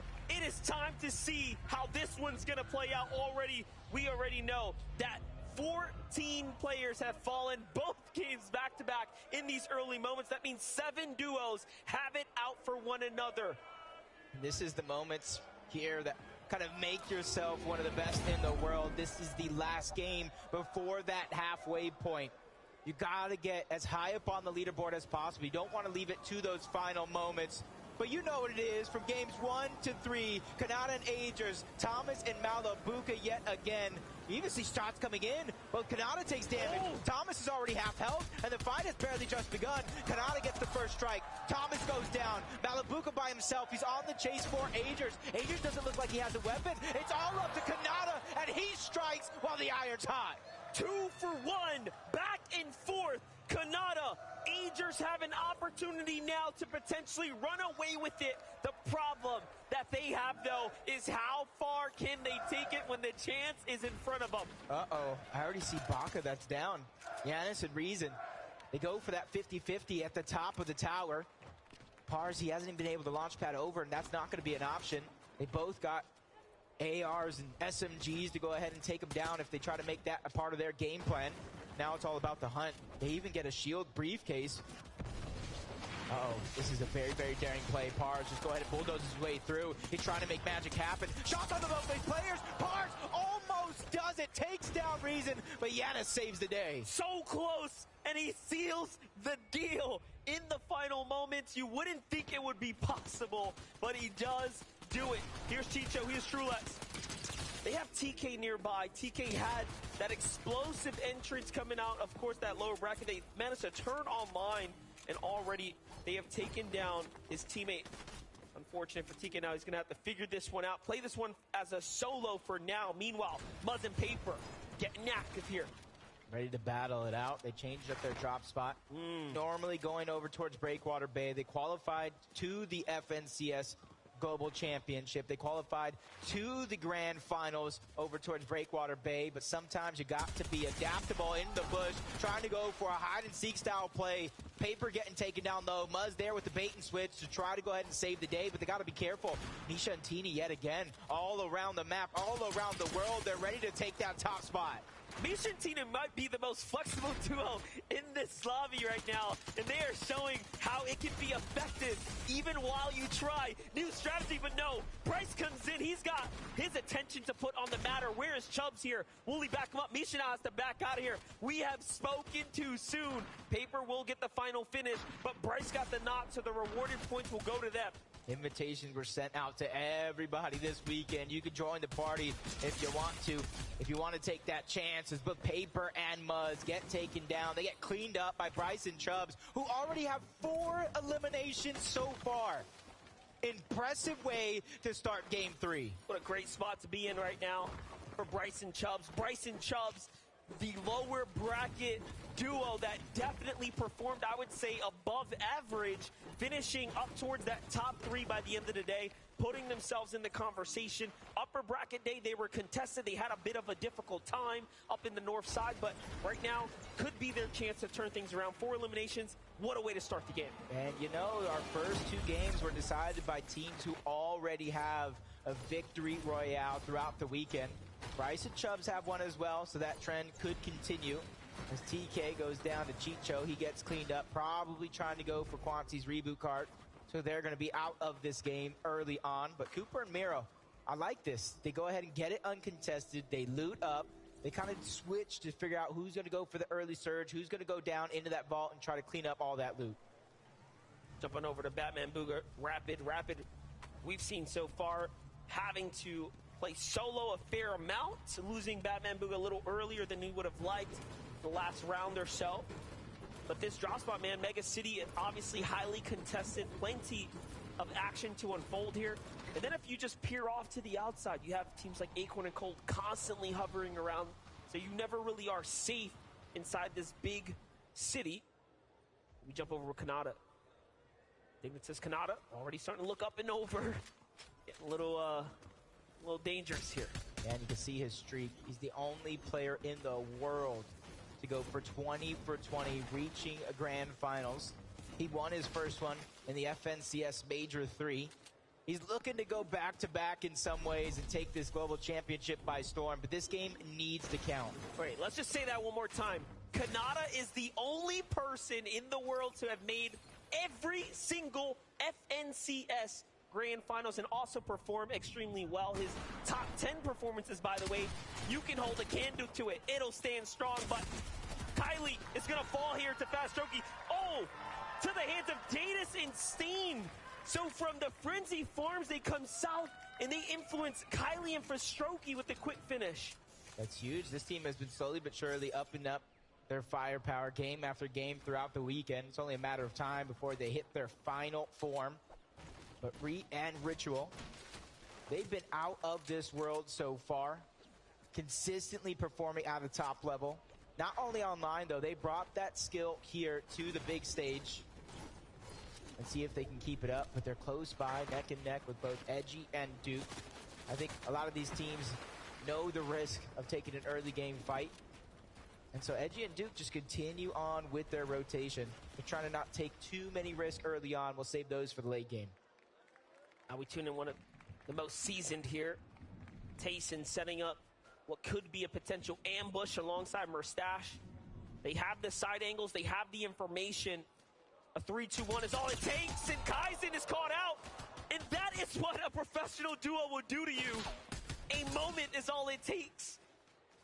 If it were me, if it were you, it'd take forever to line up those shots, but they make it look so easy, so quick, so deadly. It was more than just a two-player 3-2-1. Threats and Booga on the other side, who actually were the ones able to steal that one away.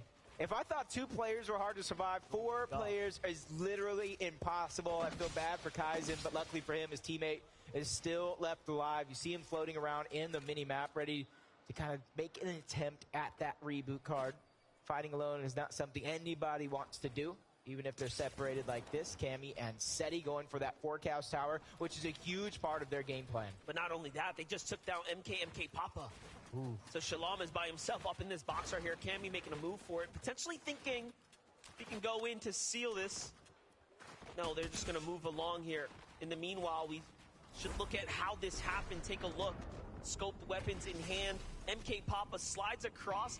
Oh, they were trying to get that forecast tower themselves. No, caught out in the open. And they get burned. It's just one of those things, man. You don't necessarily plan for another team to just be hiding in bushes all around, but I feel like that's one of the most simple strategies you'd see some of these teams do, but it's honestly the small things that you tend to forget on the biggest stage. We talk about rotations. Queasy and Vino moving on over toward the west before they're going north towards Frenzy Fields to try to find their spot in towards the zone. They're easily one of the teams that can pick up multiple VRs throughout the day and kind of make up for lost time, boost up that leaderboard. But Vanyak and Carmi are going against their EU counterparts. I drop a Mappy on the other side, getting denied piece control a few times. A quick peek view opportunity coming out from iDrop. He gets denied yet again. All of that real estate going over to Vanyak. Feel a little deja vu here. Kanye down to the low ground. Vanyak cannot quite find the shot there.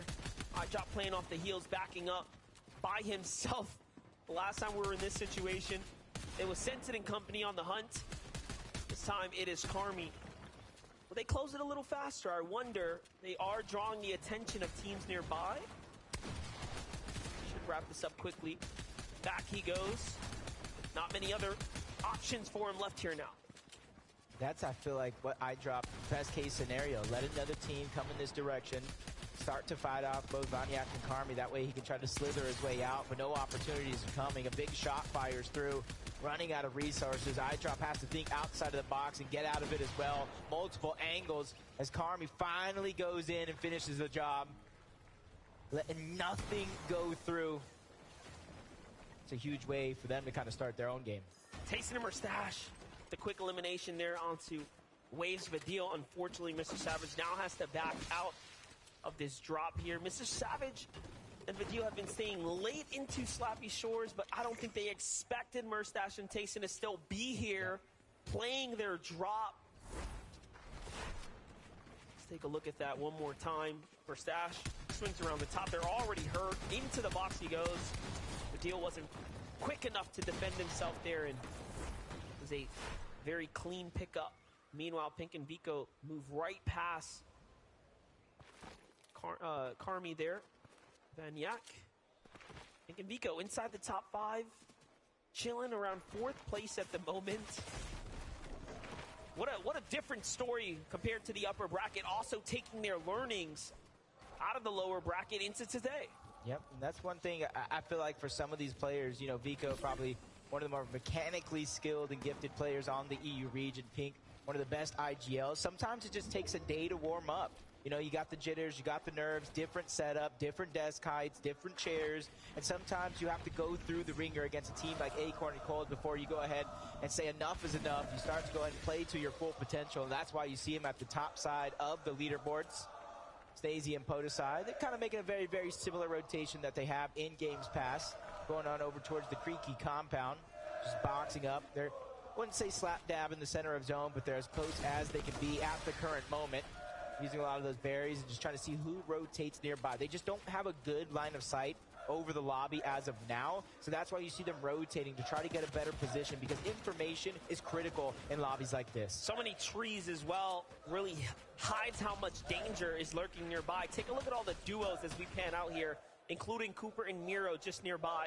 Meanwhile, to the south, Cammy and Seti, of course, wrapping things up at the Frenzy Fields. Still danger nearby, though, so you always have to be careful. With that, let's get a word from Minnie.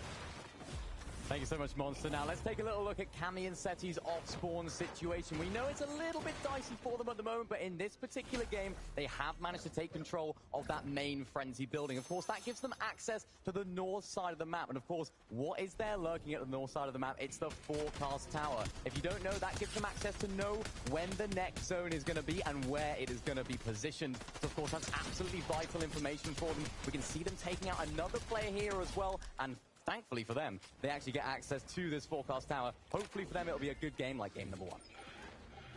Thank you so much for the pivotal information, Minnie. My zero build carry, I should say, when me, Vivid, and Zeke all squad up. And it's just very, very sure that we keep our eyes on both Cammy and Seti. They're one of 3 teams in this lobby that will have the awareness of where that zone's going to go thanks to that Forecast Tower. And if you're one of those teams that may have seen them, may know that it's a chance for Cammy and Seti, you might want to try to follow them around without getting targeted. But Rift Island, you know how competitive this has been. And now Mshari and Rue are going to be one of the first teams going up to it. And that's been the trend throughout the first games. If you make it to the island first, you more than likely capture it and get those 15 points. You really have to. See, way to turn the game around for you right here. And honestly, Mshar and Rue kind of needed this. They've been struggling here. They've had a couple moments, so this will surely put them right back up toward that top 15 bracket now. Potentially even edging their way to top 10, as this island is worth 15 points. If you can secure it in time. We jump on over to Duke, though, for a moment here. Edgy is hurt and hasn't quite recovered just yet. I wonder what's happening, as he's getting pushed by Chubbs and Bryce. A little too much happening down low. Duke comes to the rescue, though. Great tags there, and finally Edgy gets his heels off, puts him right back into the game. He was waiting for those mushrooms to pop back in there. This is what they do best. They're just slithering by for now. You know they can fight in the biggest moments of them all, but it's about using your brain, using your smarts, using a lot of the strategies that even got you to this point, and then very many more tricks up your sleeve to keep that train rolling. Ari and Giris, 531 damage above the threshold. You see them currently positioned in 12th place on the leaderboard. And this being the last game before the half, I feel like it's pivotal for a team where they're positioned, if they want to be in the conversation and not force themselves to have massive games, to do well here in this third game. Looking at that top 10. Now into the top 15. Look at how close it is. Points barely separating one another. Mr. Savage finds himself in a little fight. Some action here. Fnajian, what an incredible shot. How do you hit that before he even can realize? And now Vidil has to clutch up here. Vidil cannot allow him to wait this one out. And by the way, they need this damage. They actually have to force these fights here. So should he save up? Should he clutch up here? It'll be okay. You know, Fnajian wants to turn things around and get the full finish. So Vidil does have to be careful. Ooh, even third-party shots coming. Oh, he saves him just in time. Outside of the zone and inside as well. The breacher for Fnajian is going to be the huge moneymaker here, but a nice shot from Vidil, trying to make up for him going down early on in the game. He burns! Fnajian says, you are out of the lobby. Oh my gosh. That was the grossest shot of the day by far. Watch it one more time. Look at how quick this was. You think it was over here, but he hits it just in time. Really didn't even let him my God. pop the slurp juice. He didn't even give him enough time to heal. He just went in trying to finish it off. But those are the risks you take. When you get rebooted, you're forced to get surged yet again. That's exactly what happens when you can't control your own destiny. But an actual contested fight for this Rift Island. It's the game before the half, like I keep saying, so a lot of these teams realize how valuable these points actually are. But these teams, if they don't have enough heals, you can only stay up here for so long. You see the zone is pulling away from Rift Island, so it might be one of those teams that have the heals down that are willing to expend it. It makes sense that Bask and Hen are here, as this is a part of their strategy. Secure these drops, secure the Rift Island, get these other points, these extra points.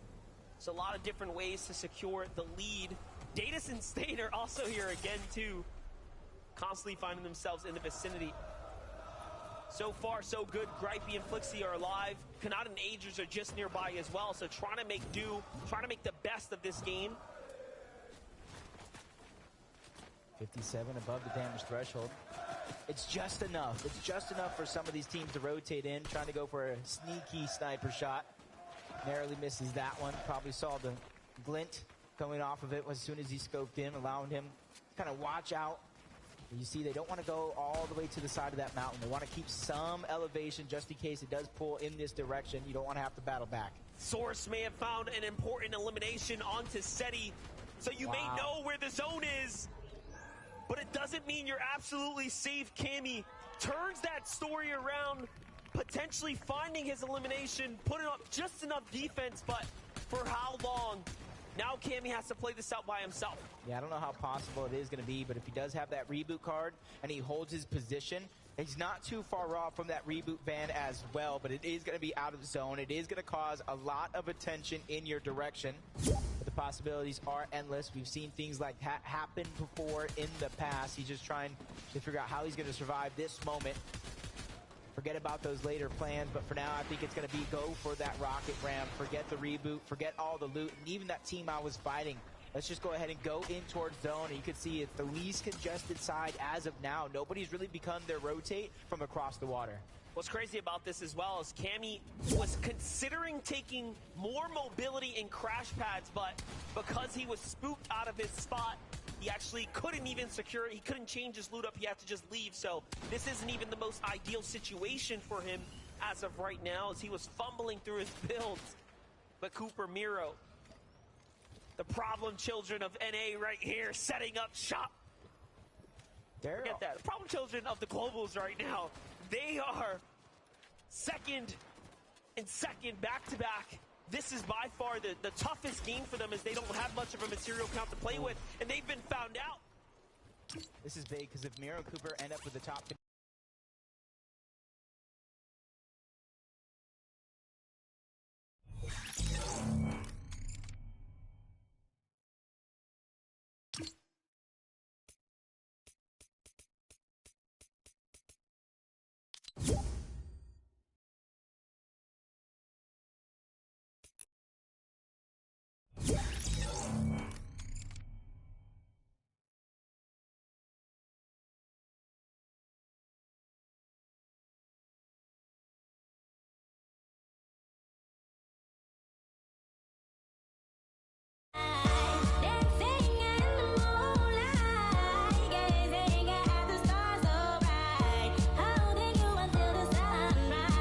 Yo, hey there. Yo. Oh, I was just watching the FNCS thing. Yeah, I'm trying to get those free rewards. But I did watch it. Tune in for 30 minutes and get the Chrome loading screen in 1 hour to get... Alright, yeah, so I watched like 2 hours, so I should get that back bling. How long does it take until you get the rewards? I don't know. I mean, I'd watch some FNCS. Oh yeah, I got that quest done. Excuse me. What quest?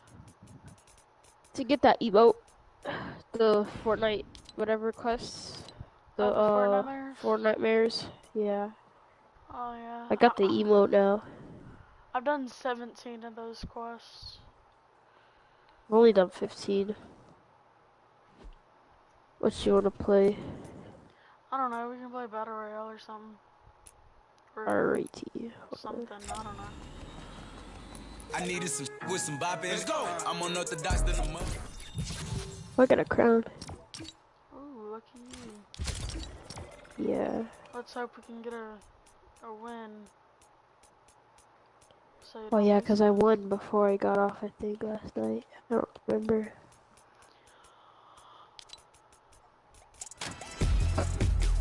Oh yeah, I have that. Dude, I'm gonna try to get level 400. I think I've got level 400 in like 2 seasons. In 2 seasons, that's it. In chapter 2, season 1, and I think not the Midas season, but Yeah, cause you don't have fully gold Peely. the Marvel season. If you had fully gold Peely, that would be like insane. Then I could sell my account for at least 5K. Like it's already worth I have a good bit because of what you got on it. I would say if I had all the skins from all the skins from chapter 1's battle passes and stuff, then this account would be a lot of money, but I don't have any of the skins from chapter 1 or lower. When I actually started buying stuff, it was in chapter 2, so I have literally nothing unless it's from the item shop in chapter 1. I thought you bought chapter 1 stuff. I bought like chapter 1 skins from the item shop, but I never bought like the battle pass, which is what I should have bought. Yeah, I thought you bought the battle pass. I wish I did. I should have, but I was literally like 8 at the time. Like Fortnite came out in 2017, like Battle Royale came out in 2017. I was literally 6 when Fortnite was a thing. And I actually started playing 2 years after Fortnite started. So I started like. Wait, how old are you? 12. Okay, I would have been 8. Yeah, because you're 2 years older than me. Oh, I have such a runny nose. Wow, you got sick or something? I guess, I don't know. It just randomly came to me. Oh, were you, 20, 40, 60. Yeah, I was on the PC.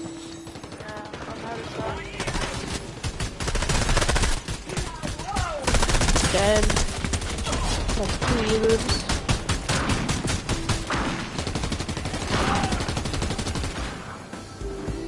So much shooting.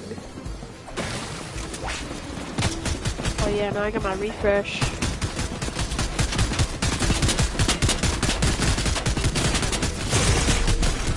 Good.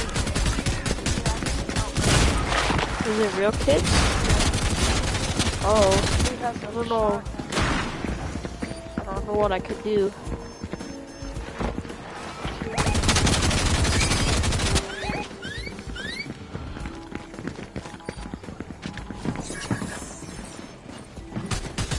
Come back.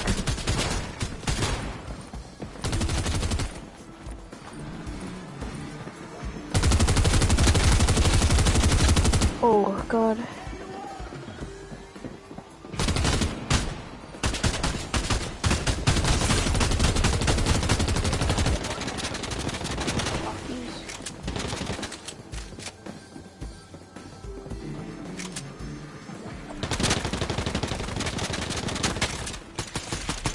$20, $60, dead. Was it an echo skin? No. That's who killed me.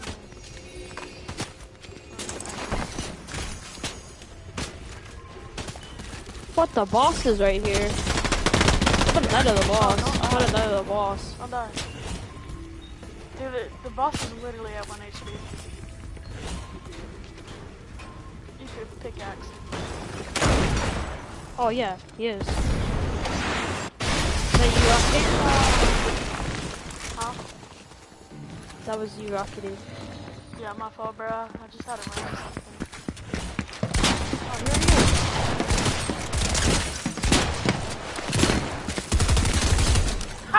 is. Buddy's got pickaxe. Buddy's got pickaxe. Buddy's got pickaxe. That's crazy. Yeah, that's funny, bro. Oh, that's crazy.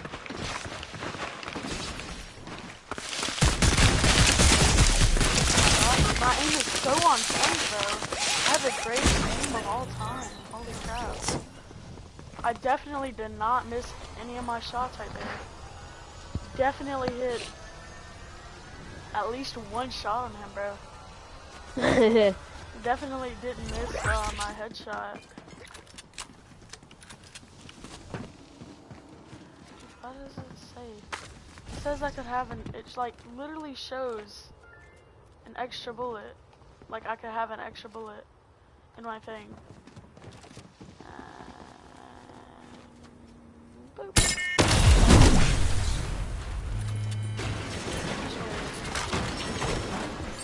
Ooh, the broom. I love that thing. Oh yeah, I forgot that was even in the game. I'll take your shockies. Your one shocky. Oh dude, I gotta spray myself. You have Oh yes, I love oh spray. yeah, the axe spray. Yeah, bro, I got that axe spray here. Let me get you right, homie. I don't even need it. Are you good, bro? Gotta make sure you smell it good. You have sniper ammo? Yeah, I got 24. The real question is, you got any shotgun ammo? Not very much. Yeah, I just love my shotgun.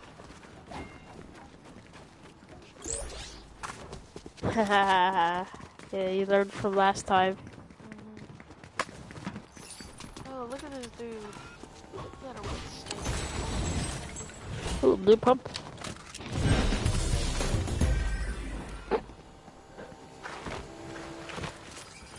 Who do you think is gonna win the World Cup? Win the World Cup? Or FNCS? I don't know. I forgot what teams were even playing.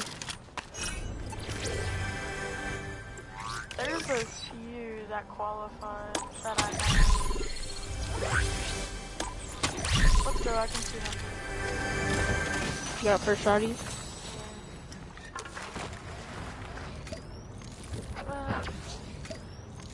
Dude, I just pickaxe. Like, I find it funny how I pickaxe the dude that killed me. Yeah. Hey, you wanna hit up this thing real quick? The storm truck? Yeah, come here.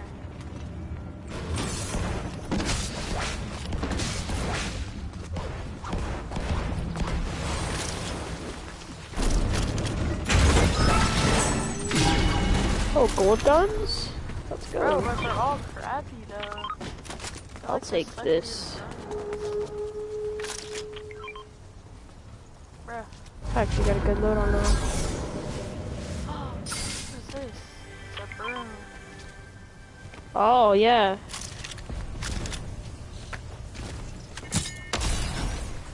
I don't like the thermal DMR. I prefer the tactical DMR, bro. This thing is...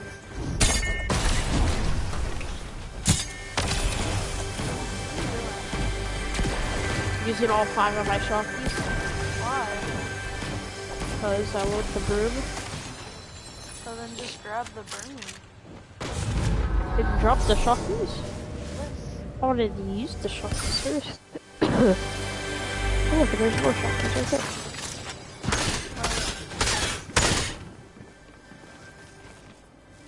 I literally have 700. Oh, hey, look.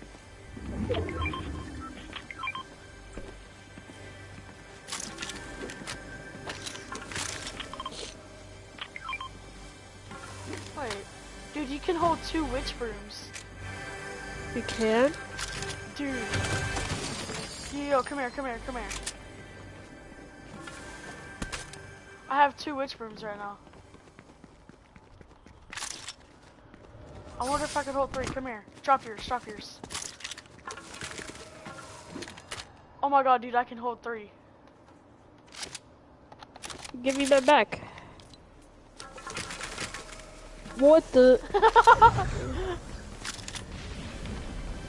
Oh, dude, but your cooldown made all of them have a cooldown. Haha. Hey, that's not cool. That's not very nice, man. So I guess you just can't use it back to back. No, so it's pretty pointless to hold blood to blood. Yeah, I mean, it is kind of pointless, but it's still pretty cool that you can do it. We're doing a burnout. Oh no! Right off the cliff. Oh, dude, I have a challenge for you, actually. After this. A challenge? Yeah, it's a creative. What? What's the challenge? It's just like a little edit thing. Are you good at editing? It's just like a little edit thing. Yeah. Oh, great. I just need you to edit one thing to see if you can do it. I could probably do it. Oh, dude, I didn't tell you, but Nick, he's cooking some ribs today. He's putting them on the smoker for 6 hours. Yeah. Dude, they're gonna be so good. I'm not eating anything today. I'm just gonna wait for dinner. What? Why? Cause, like, you gotta get hungry for dinner, man. You don't eat anything throughout the day, that way you're super hungry for dinner. You get to eat more. You don't do that? No. Why not? Because usually I don't even eat lunch. You don't eat lunch? No, usually no, I don't. It's a good meal, though. It's a meal you should have. It's the midday meal. It's your reward for making it halfway through the day. Wait, what? It's your reward for making it halfway through the day.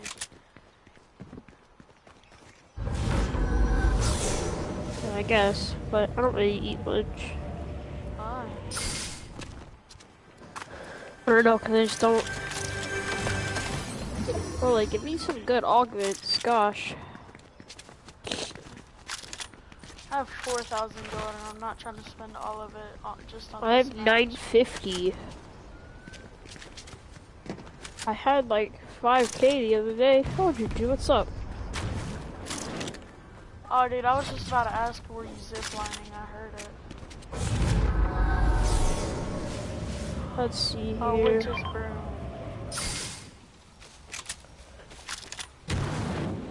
Oh, look. Another witch's broom. Ooh, a pizza party. I would love to have me a pizza party. Would you like to... Where did it go? Bro. Dude, it just actually disappeared. Oh, I just stood off the edge. Actually, you know what? I won't die. Boy. I didn't die. Another slice. And more. And last one.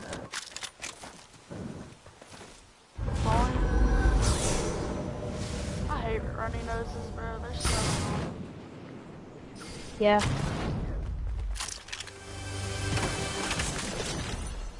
Dang, bro. We talk about D1 loot snatcher. I got to open one I know, thing right? and you right there behind me like, what you got there, bro? Oh, Oh, there's a kid right here. I'm dead. I'm dead. How's he got the MK? 18?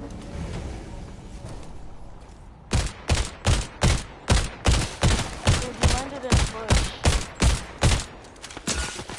Dude, how are you in a bush? Dude, I can't hit him. Oh, 45? Hit him for 45? He went up, he went up. He's getting height. Watch out, he has MK. I'm trying to get that. I don't care about range. Oh, I could have headshot him right there. Wait, you have broom? Come to me and broom onto him. I promise him, bro. My AR is better than that MK. I hit for way more than he does. Yo, are you healing, bro? Yo, are you running? He's dipping. 7,000? What? Yeah, I hit him for 7,000. Okay. No, that's a lot of damage. Yo, dude, I'm killing this dude just because he thinks that he's good, bro. Alright, well then if we kill him, I'm getting the MK, because if you don't like it. Dude, you can have it, dude. Ever since the nerf, dude, it fucking sucks. Right there! Come here, buddy. He's right there, bro. He's a D1 runner. He's a D1 runner. Oh my god, bro. More like a D1 scammer with the 110? P90, bro. Oh, I'm killing this kid. I hit him 110. Yeah, dude. I hit him for 19. So Dead. Like, get out of my Let me game. get that crown, so dude. bad. I'm edging for that crown, bro. Let me get that P90. Ah, dang it. Where's that crown at, though? Oh, That's on the other side. Bo! Come on now, hurry up. Get the crown. Yeah. That kid had a really good load, I'm not gonna lie. Yeah. Sucks that he died, though. I know. I don't know why he did that. Oh, he should have just ran. I think Nick's getting the thing ready because I smell the wood, bro.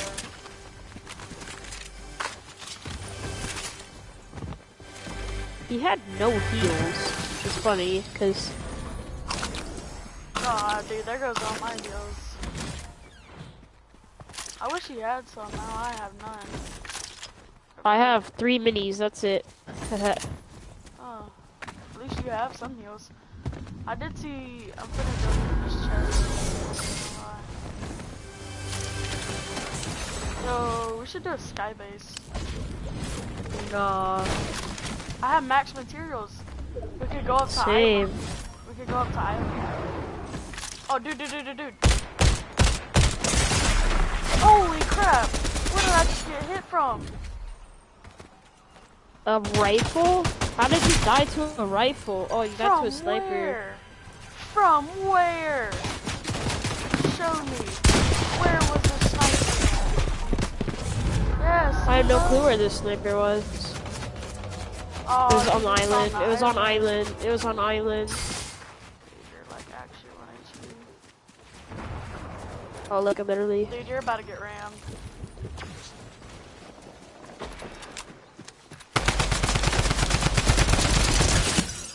I got sniped in the butt, bro. This game is so gay. So weird. Here, return back to lobby, dude. Let's do that challenge I was talking about.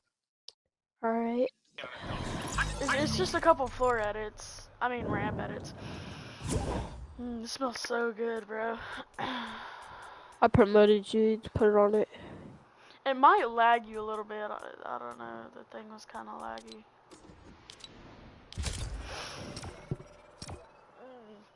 Bro, but the he's using these like apple wood chips. Or, I don't know. He's using some kind of wood chips and this pellets. Good. Chips, pellets, same difference. Same difference. But bro, it smells good. I can't wait till he starts cooking those ribs, bro. For 6 hours. Low and slow. On the smoker. Can't wait for dinner, bro. It's gonna be so good.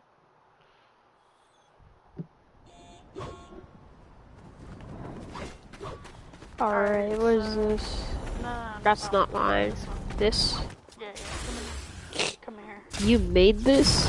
Yeah, of course. Here, so let me give you edits. How do I give you edits? You don't know how to give edits? Not really. Oh, so go to your loadout. Right here. And go to permissions. Alright. So it's just right here, bro. It's just this right here. It's literally this. Oh, you put like a bunch of No, I didn't. It's laggy. Oh, I'm lagging. I have 100 ping. Dude, I had 1,100 earlier. Chill out. Come on, bro. Dude, if you just manage to edit all of them, I'll like actually give you $5. Dude, if you be honest, how many are there?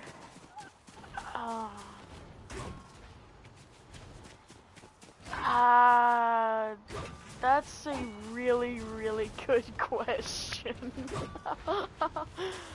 I was kind of just sitting there spamming the button for like 5 minutes. Yeah, you can edit the wall. It's only one. I only did one wall. Bro, I'm lagging so bad. You put Holy so crap, many. bro. You're making me lag. Stop, stop, stop, stop. Stop, stop. Stop. Bro, what are you doing? Oh, and then you have cones too?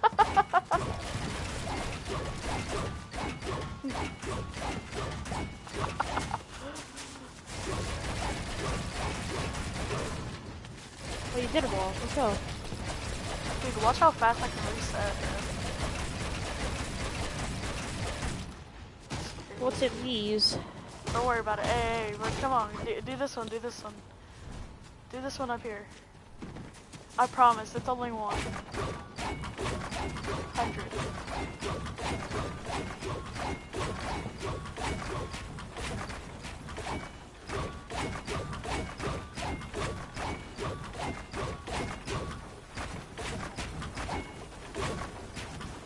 I did it.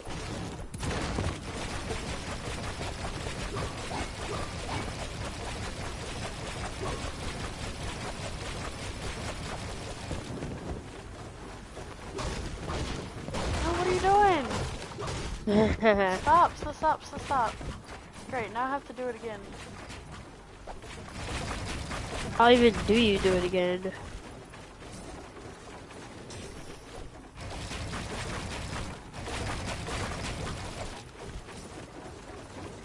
Like this.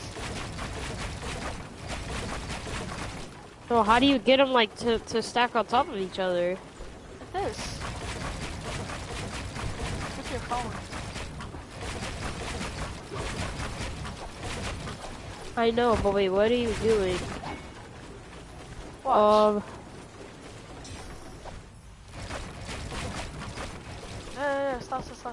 Stop. Try and do it over here. Do it right here. Do it right here.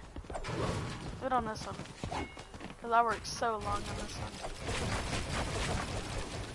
one. Just spam it? You gotta rotate it. Oh. Alright, so go in your phone, go to options, then go down to build, and then put it as origin center. And then when you do it, you gotta rotate it.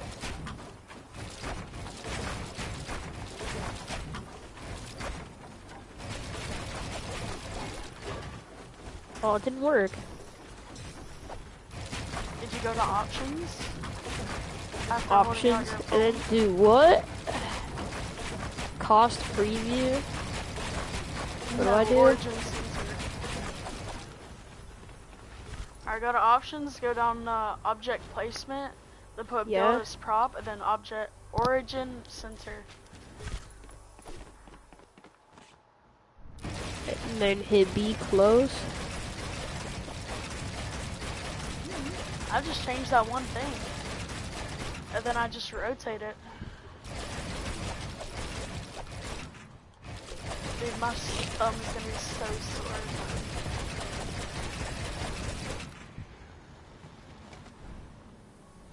Sorry, bro, we getting that thumb workout, Ember? Did you do it? Yeah. Hey, you did it. What the? Does it look like that? Wait, hang on. How many did you do? I don't know. Okay, yeah, Not a lot. You can only do 3. But that's when you go through, you edit, reset them, then you do the same thing again. And just keep doing that over and over and over again.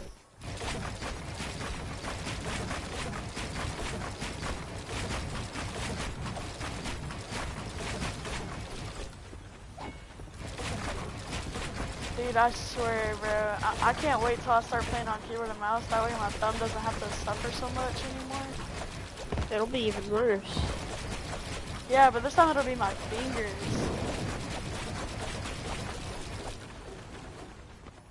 Oh, wait.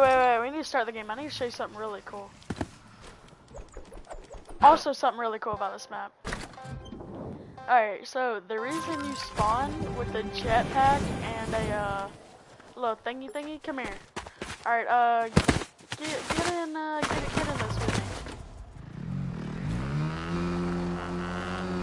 So you know how you believe in God, right? Yeah. Yeah. All right. Well, I want to show you something really cool. We're about to go meet him, bro. What the bro?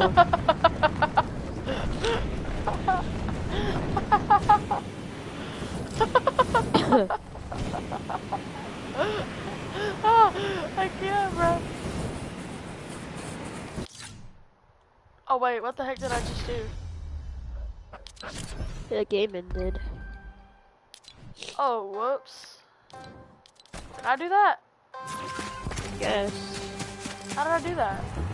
See ya.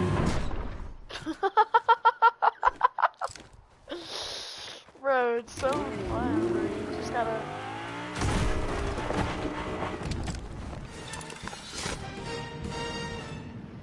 Bro, that's insane, bro. Where you at? Oh, hey, I see you. You're like a little speck. Where are you? Look up. A little bit. A little to the Oh, I left. see you. Yeah, what's up, bro?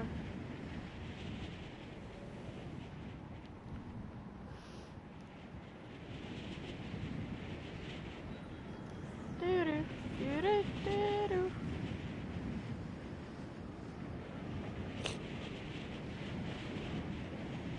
I wonder what, like, I have a 1v1 map too, bro. Let's see it. Nah. Alright. Back to home. Me and my friend made it. Ow. Oh, my leg. Imagine your Ow, leg I hurting. just popped my knee. Imagine your knee getting popped. Oh my god, dude, I'm lagging like crazy, bro. What did you do? I told you, you shouldn't have edited those ramps, bro. I know, right? Bro, what is this? So it's kind of makeshift. It's kind of makeshift, bro. Not gonna lie, it's kind of makeshift. But it's like a decent 1v1 map, bro. It's like somewhat decent. Like, look. Come over here. Loadout generator? Loadout generator, bro. It literally gives you the same loadout every time. I don't know how it's a generator. Cause it. Oh, dude, that was not supposed to happen. It's broken. That's it.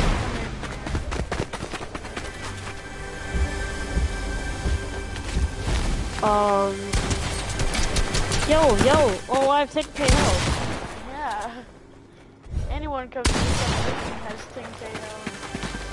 And what do these chests give? Nothing good. Ew. Let's see who dies first.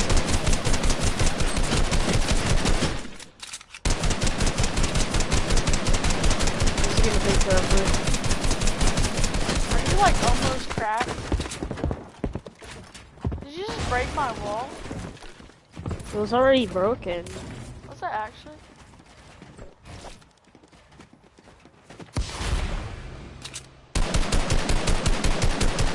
I still see your name tag. My accuracy is bad. Bro, that was 100% accurate. Are you almost cracked? No, I have 7,000 shields still. You have 7,000? Yeah, what about you? Dude, I only had 1,000. 1,000 shield? Yes, how is that fair? Dang, that's crazy. Yo, if you respawn, you just automatically come back here. Oh, you lose all your stuff? No. Oh, so I still have 10k health? Yeah. Oh, how do you get rid of that?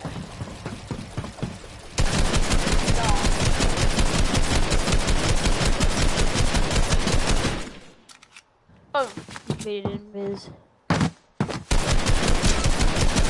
Come in, dog.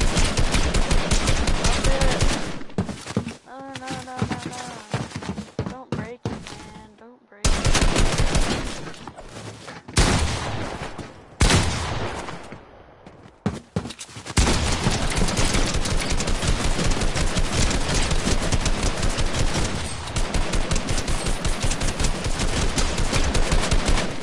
Hang on. How much shield do you have? 8,602. Bro, I have 5,000. If I had the double damage, you would have probably already been dead. What's this over here? Oh, just random stuff.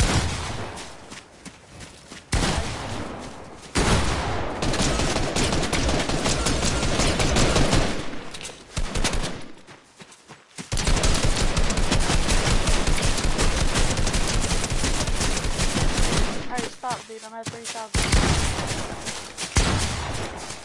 Ah!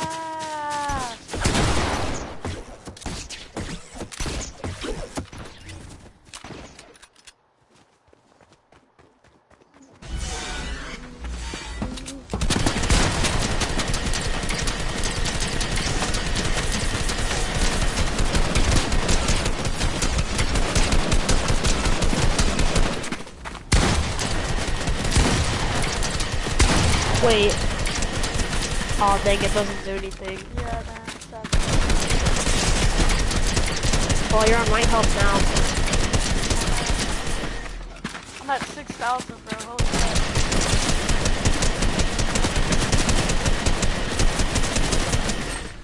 You're almost dead. How many when you get to 1K? I'm at 1,000, dude. I'm at 700. Oh, okay. Now get me down. Get me down to.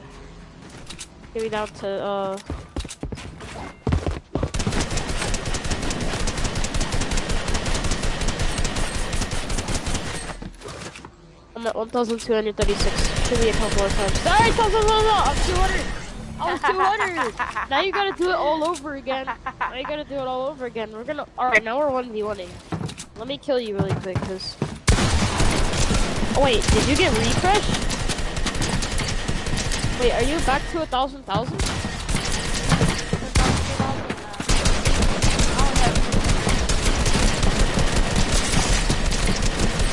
mean, come on. You have like 10,000.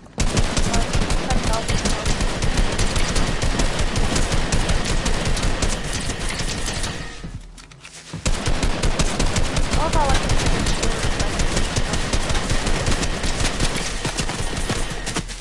you little silverback.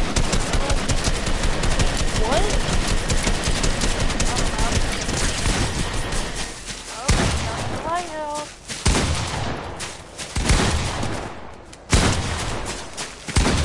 How does my pump only get 1.8? Same.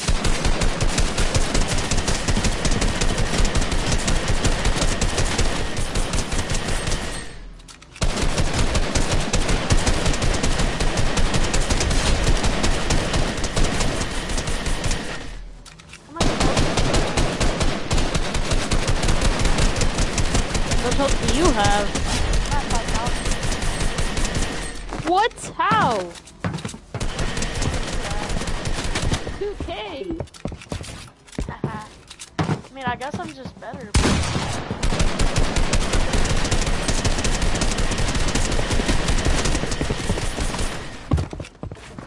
I only have 440 health left.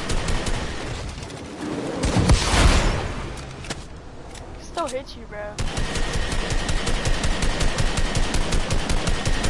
Oh my god, dude, I'm so accurate.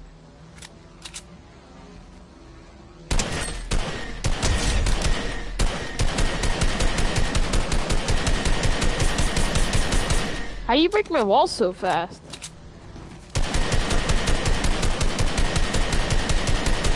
What's your AR does 110 damage? Oh, that's why, because you have double damage. Little did I know, I did have double damage.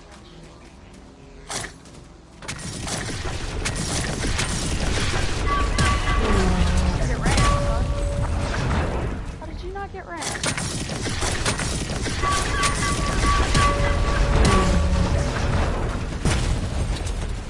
Yo, get down.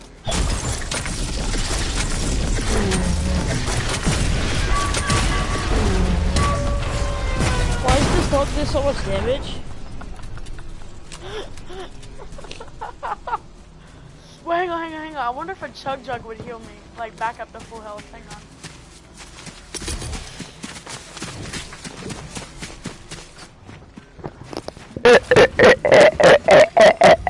Alright, don't touch the house, don't touch the house. Touch anything but the house.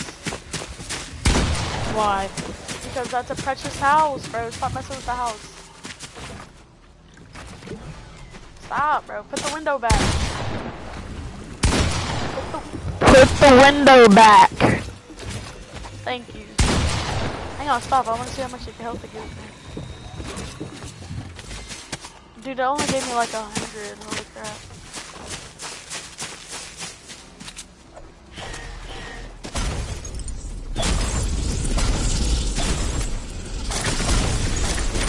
Holy crap, it does do a lot in there. God, 500.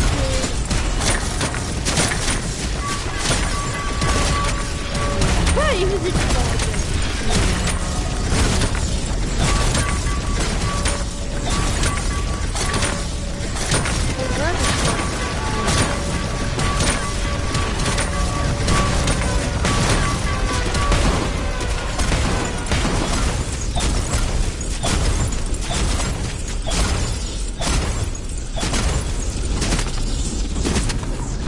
behind you.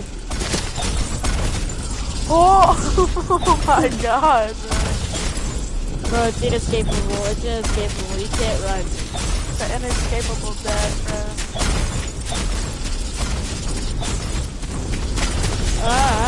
Why are you going right here? Why are you going in front of us? Because it's inescapable death. You can't escape it, bro. Sprint or anything in it. You can't run. I killed you. But I'm about to kill you. I know, this was before sprinting was a thing. You made these before sprinting was a thing? Yeah. This is how old How do you have the rocket ram then? Well, that's because I recently added that in. It's a new addition. That's new. Okay, but everything else is like 2 years old. Look, leave. Go back to hub. Go back to hub. Not leave the game. Okay. Let's see. Let's see. What's in my map? Wait. Did I start the game before we did all that? Yes. You promise? Yeah. Yeah, join my map. Okay. Oh my god, dude, how much memory? Oh my god, bro. I did a lot of stuff to this map. We played hide and seek in this game. Yo, like, what I did, bro. Like, oh my god, bro. What is this? Hold on, I think I made a PP tower with one of these two. A PP tower? Yeah. Oh my god, bro.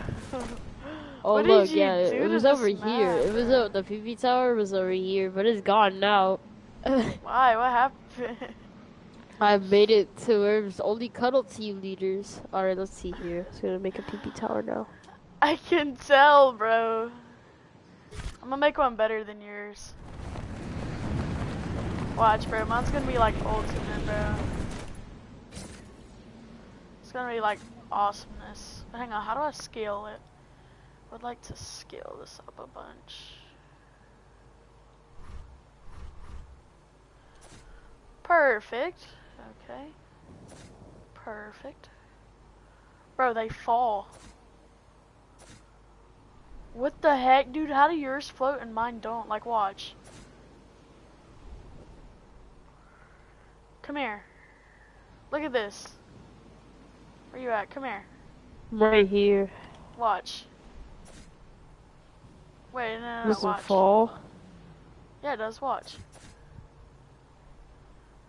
See? Or no? It fell.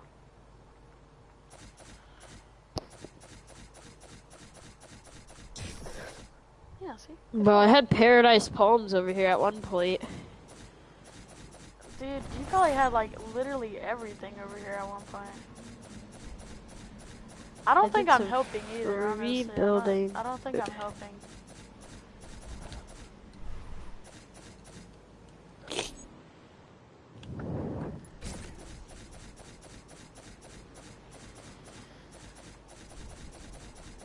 Here, dude, I'm hoping you make it only up. Make it what? Making it only up. Got you, bro.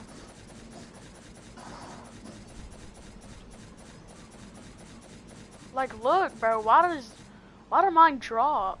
Oh, drops off. That's why. Ha ha ha! My fault. Oh, dude, I'm gonna make the ultimate, dude. Holy crap, bro. What? You don't know what I just discovered. What? You don't want to look, bro. What, you just spamming it now? Look how big it is. This is so fun. Alright. Again, it's time for my time to show you a magnificent tower.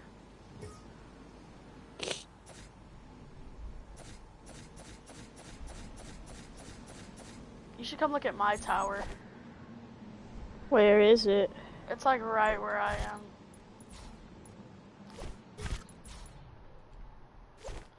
Where? Right in front of me.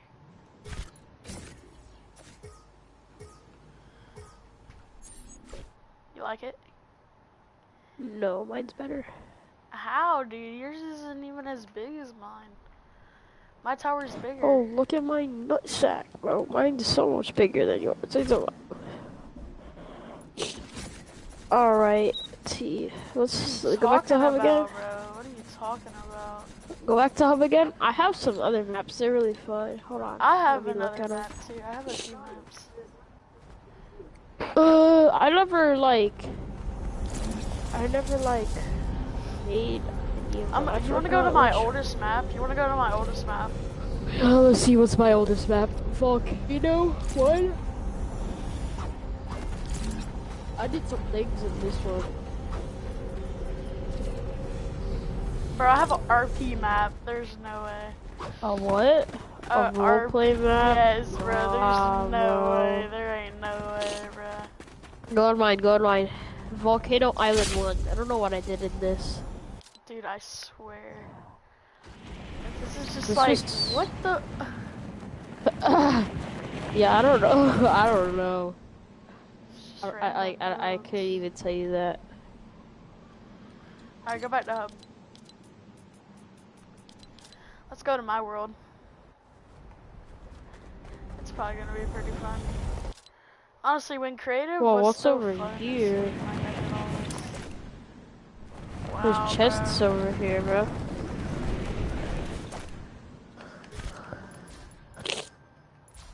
I can't open them. Where you at? I went back to hub. And that map, by the way, is from 2022.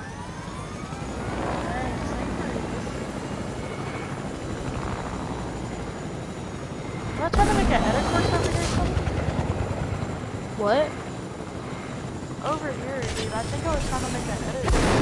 Oh, you're in the roleplay map? What the hell? What is this box thing, bro?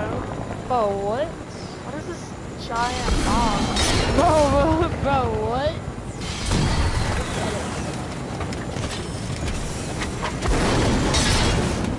You know, I used to Edits, boy.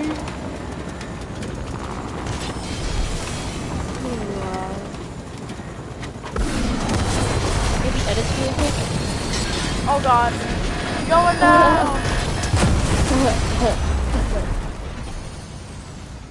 I'm somehow still alive. Okay, so I kinda did go a little crazy with the armored walls. Can you give me edits? Give me edits. What is it? I can't pause it. Alright, I'll be right back. What's going on? What you need, mama?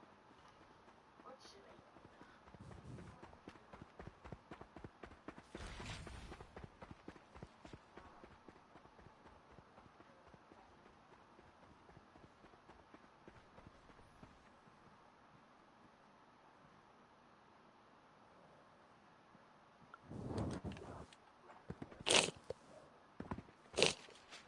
Huh?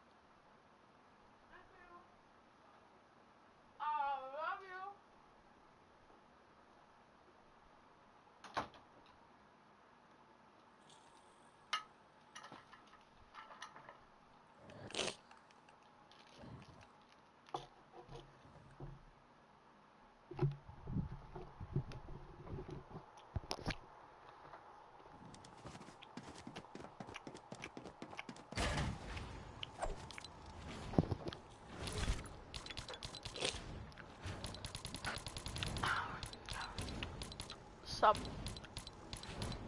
Give me edits, please. I'm 0 figure it out. I have 28.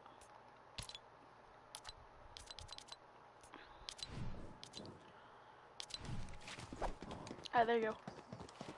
Yeah. Oh my god, why you got so much stuff? Cause I'm built different. Oh my god, why did you pick this? People. Dude, there's a mythic high stakes shotgun. Yeah. How do you get it in the game? You can't. It's not in the game yet. Is it gonna be in the game? Yeah, just not right now. Who's gonna hold it? I don't know, boss, obviously. Really? Mm. M&M slap. M&M's? Yeah. Hey, you should put it on infinite ammo. Why? I can't put it on infinite ammo. Why? Because you're the boss. You're the owner of the map. Really? You're It's acting like already on infinite ammo. Is it? Thanks. Dude, did they just delete the helicopter or something? I can't find it.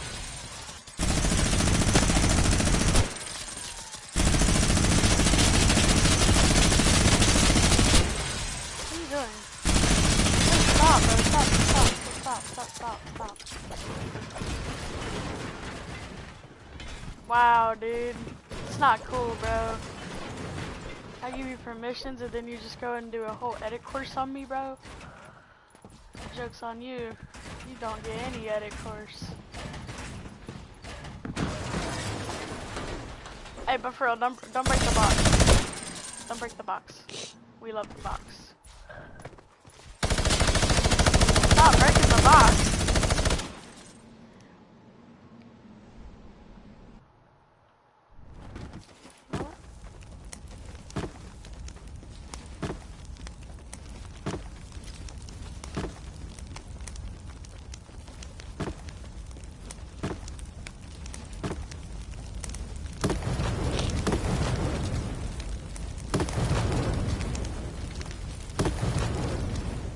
That's why I'm all warm and cozy.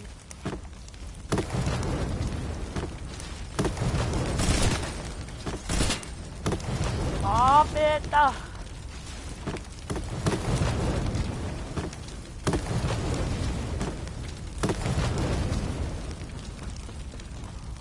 Bro, no, they're burning out. You know, I give up. Yeah, no, did they just like delete? Oh, here it is. Ha, stuff.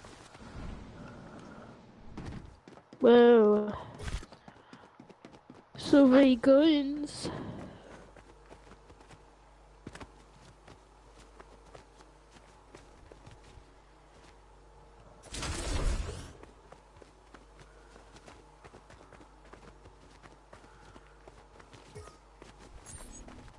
They literally have every gun in existence. Besides some guns. This is the police. Drop all your weapons.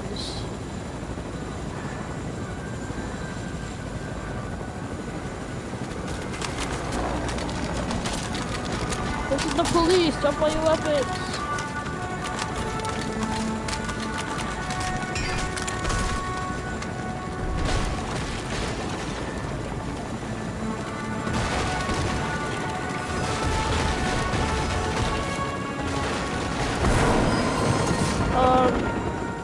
I think I broke the game.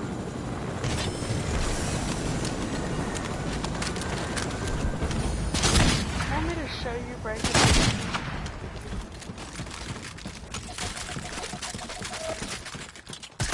Am I dropping them or no? No, you just like gotta click on them a lot. Oh, there we go.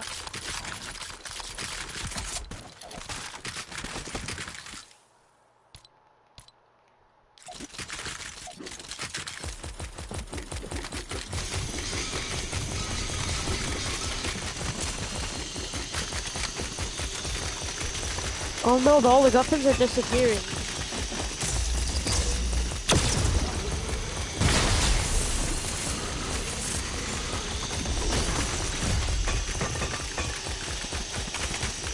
What do you feel? It's not lagging.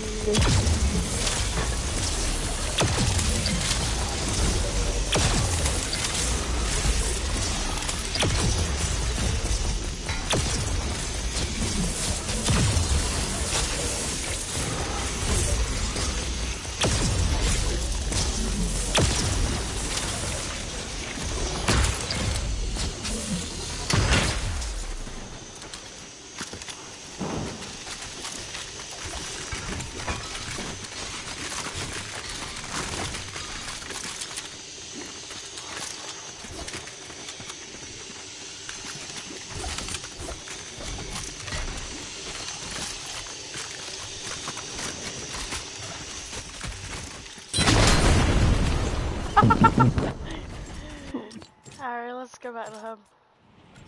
Actually, go back to the lobby. What the? That's it. The mall. I got a poopy on your eye. The stars so bright.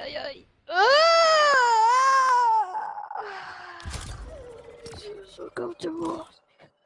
Pietaville box fight 2v2.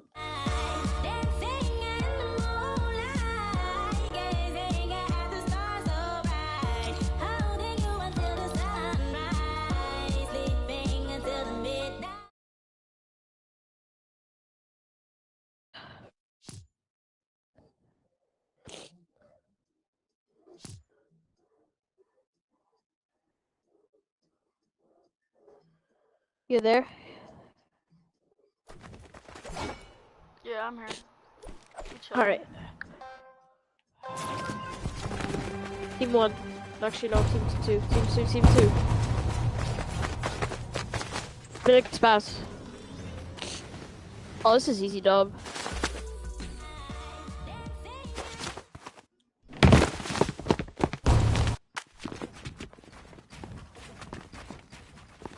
What? Who picked this?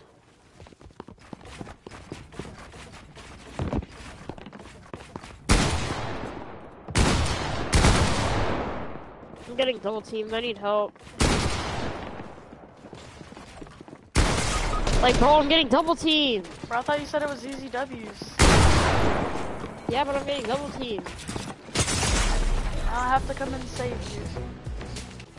No, I thought you were coming. I was, just not the way that you were expecting. What? Yeah, you thought I'd be there quickly, and I came a lot slower. I'm just gonna controller play this dude. Then I'm gonna laugh on him. Then I'm gonna reload on him. Then I'm gonna carry him. Throw him in a corner. No, no, no. You get back in that corner. No. Back in the corner. No. Back. I'm dead, bro. Like, oh my god. I you need help, bro. Honestly. Oh, well, you were over there playing around with this kid. Like, what are you talking about, bro? Just, I thought you said easy W's, bro. We're losing right now. What the heck? like they're not good. I just need a teammate. You do have a teammate. Like, bro. Hey, I'm fighting my own battles, bro. I'm fighting my own battles, bro. I'm fighting my own battles right now. Like, dude, I have the worst bloom of all time.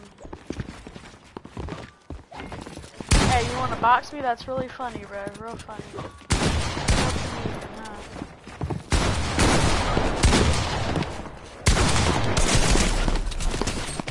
Oh, bro, stop being weird. Oh, they're donkey laughing on me now. Oh, dude, my luggage is... Oh, feels so good to scratch it. Yo, you wanna be laughing, bro? You laughing, bro?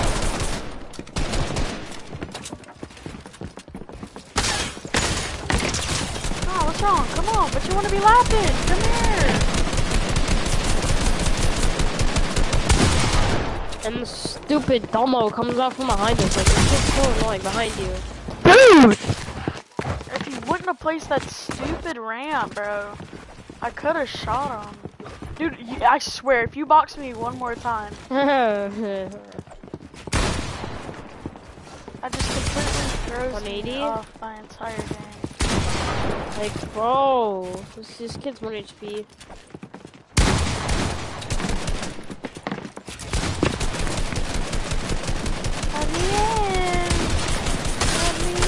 He's not 1 HP anymore. Why, bro? So you said he's 1 HP. Yeah, but they just got my finish. They got sniped. Dude, it's like I'm getting molested 60 times. I'm going back to lobby, bro. I'm done getting molested by a cat and some girl who looks like she needs to be on the Incredibles movie. Okay?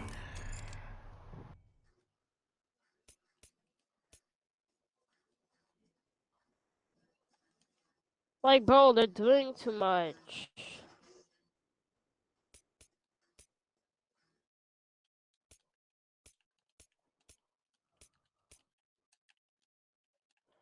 My hands are so cold, bro.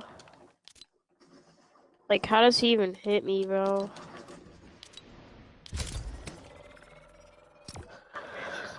Go back to lobby.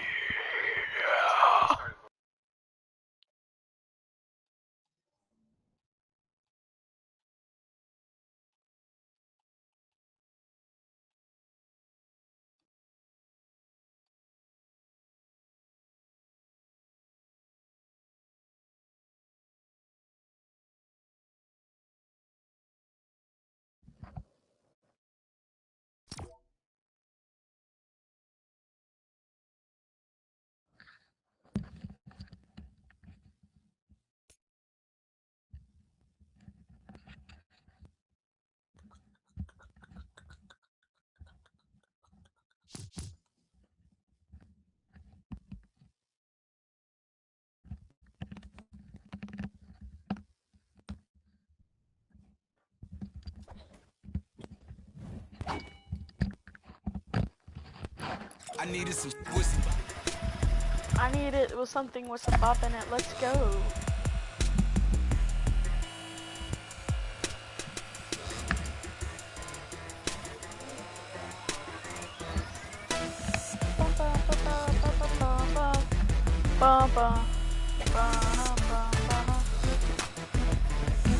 Oh, don't crouch down. There's something weird. Alright, I don't like this anymore. I don't like this. I hate this dude. I don't even know who is this dude. Huh? Who's this dude? The Icon Series guy? Who is him? Who is he? The Greg G.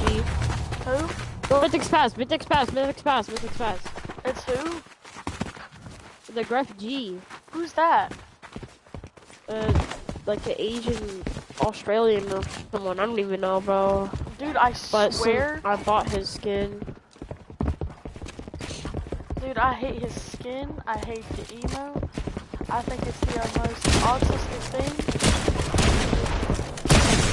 146? Love to see it, bro. I literally just pickaxed him. I love when I get 46, dude. I'm not even kidding. Let me get these walls. Thank you.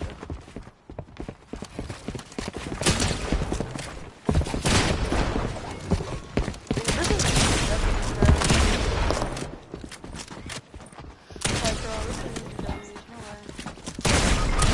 No, I died. How, bro? Did he hit a lucky shot? Cause I'm trolling.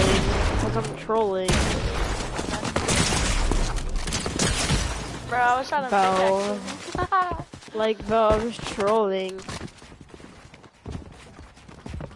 Get the walls, get the walls. We don't need walls. All we need is them. Yeah, but we need the walls to get to them, to control them. Oh, this dude is definitely the taxable. Oh, Alright. Which one are you going for? You got the Gref G. I got May. I bet.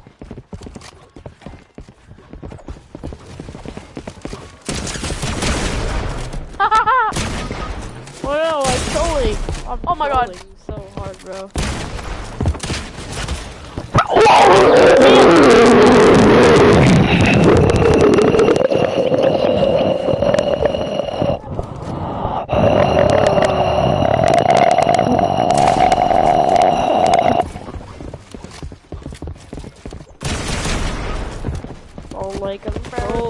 Tell me that you did some damage, bro. I did. I hit him 130. Like, how are we actually losing, bro? Like, these guys suck. How are we losing? Cause I'm trolling. Stop trolling, bro. I'm trying to win.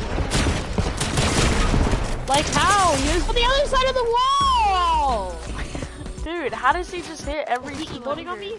Is he emoting yes, on me, bro? Dude, I swear to God, if he plays one more wall. Bro! Alright, now I'm trolling. Like, they're just sitting together, bro. This game is so annoying. Like, you better not lose. Dude, I swear, I hit her for like over 170 damage. Oh, it's because this stupid shotgun that I hate so much only does 46 damage. 100. Help. 81. How are you really losing this guy? Yeah, we're not letting them get another round. Thank God you finally stopped trolling, bro. Stop being weird. These guys Let me are take their weird, wall. Let me take their wall. Free fire? Bro, what? Hey, you know what? Break it. Let's see who gets it. Yeah, who got it now? How did you... 100? Dead? 200? Monkey Classics? Reset it on him? I can't place a wall! Like, so trolling, bro. I'm lose to these ass traps.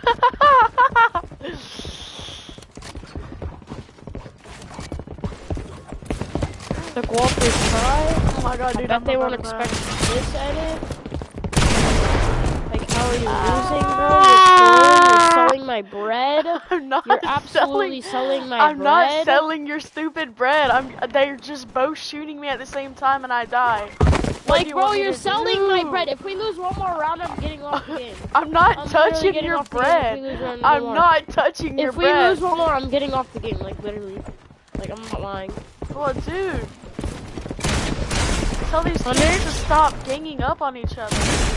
100? Thank you, bro. Yeah, I'm laughing, like, actually bro. locked in. I have been, bro. It's No, just they've you been. haven't. Yes, I have, How bro. we I lost swear. 7 rounds then. Because, Bro, bro. what do you... Guys, like, I'm not good at taking things serious. 265. Thank you, bro. Like, stop trolling. I haven't even been trolling though. That's what's funny. You monkey.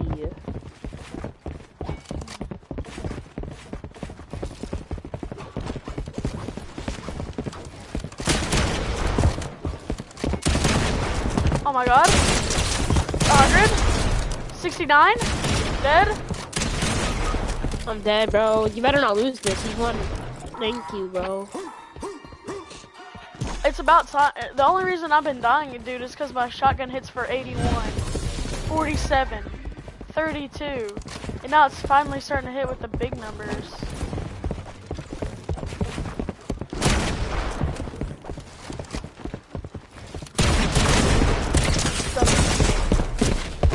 $46?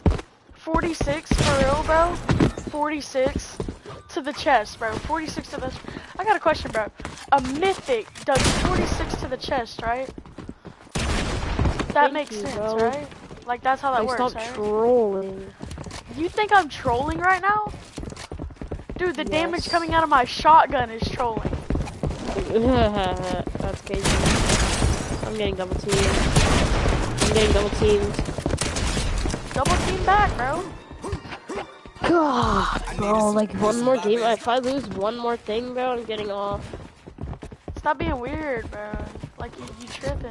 Bro, you're just getting me stuck. You're getting me stuck.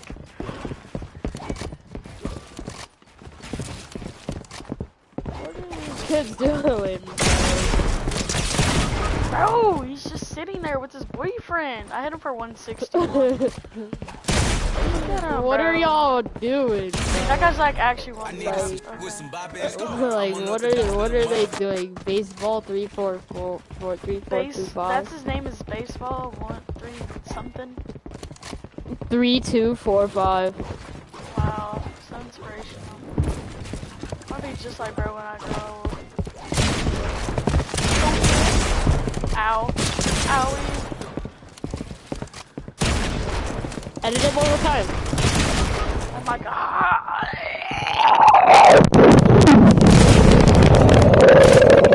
Dead. Finally, bro. Like, Yo, run that back, run that back. I'm done with these dudes. Now I left, bro. Bro, they're running it back too. That's funny. They wanted to run it back. Nah, bro. I'm so. Great. I'll get those cocktails started for you. Thank you. Promote me. What do you want to play? Just promote me.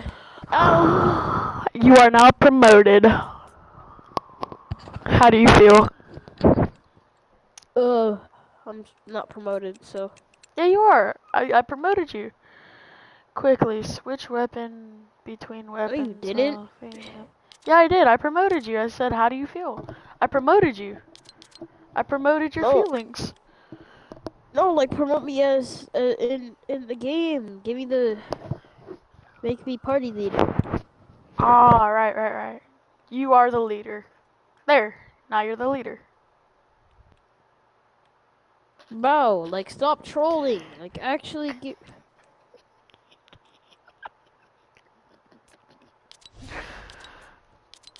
There. Gosh. What are we doing? Wait, hang on. What are we about to do? What are we about to do?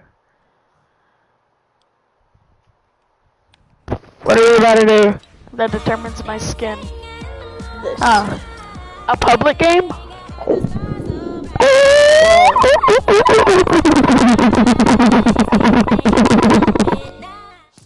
It's okay, only us can join if it's a public game.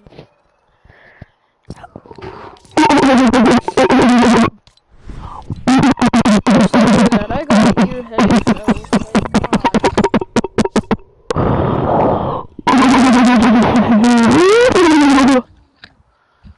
Alright, Bo's getting muted.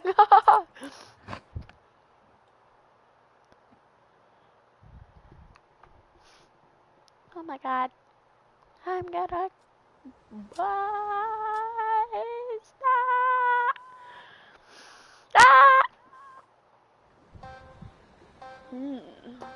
Milk. Makes your bones grow big, strong.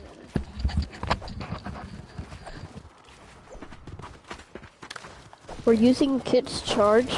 No, we are not. And yes. I'd rather die than use that. No, we're gonna use it. I'm not I don't using care. it. You can use it, I'm not. It doesn't have my favorite gun. What is that? The tac. I love the tac.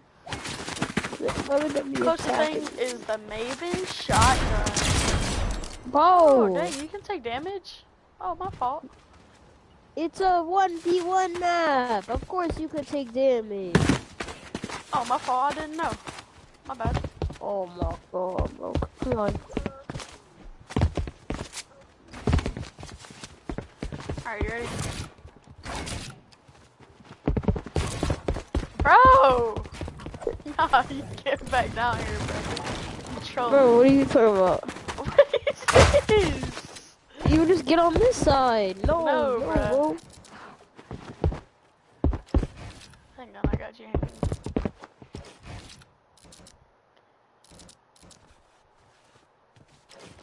Bro, what are you doing? No, stop, bro. I'm trying to make this one edit. Oh!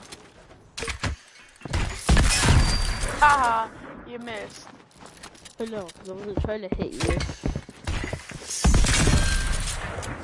What? What is that? It's not even the edit I was trying to make, but it's good. High gun for high ground. Do I have high ground? Oh, stop cranking! That's I'm not going. what you do in a PG. What's a PG?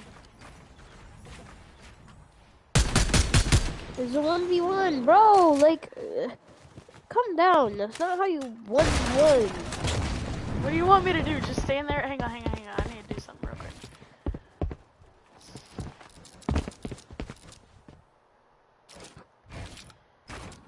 That? You trying to do that edit?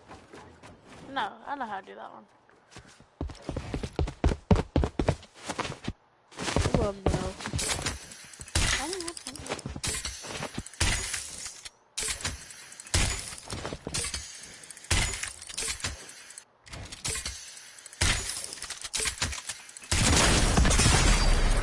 Stop with the stupid charge on that stupid gun. It's gonna make me. Oh, dude, I can't stand that gun. Bro, what are you doing? Bro, what are you running? I'm trying to make a little edit. I'm trying to remember how to do it. Oh my god. This. What are you trying to do?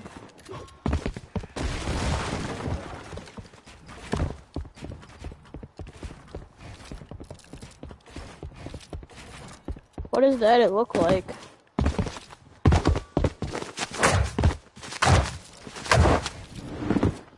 A door? There we go. I got it. Oh yeah, that's easy. I just forgot how to do it. I know another one.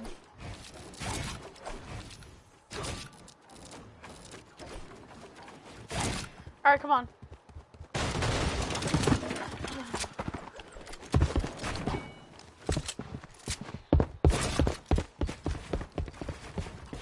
You don't just crank 90s. Why? Cause that's not what you should do in a 1v1. Yeah, it is, dude. You gotta get height, No, it bro. isn't. No, it isn't. Yes, You don't dude. do height that. is the most important part. No, of it a isn't. 1v1. If you don't No, have it height, you isn't. don't have anything. Okay? You're wrong. Alright, I got height. Bro, what? That's not even height. What are you talking about? I will kill you.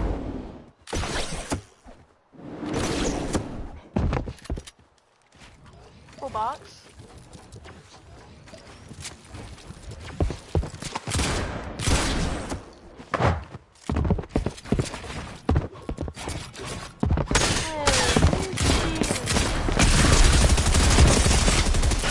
Dude, who are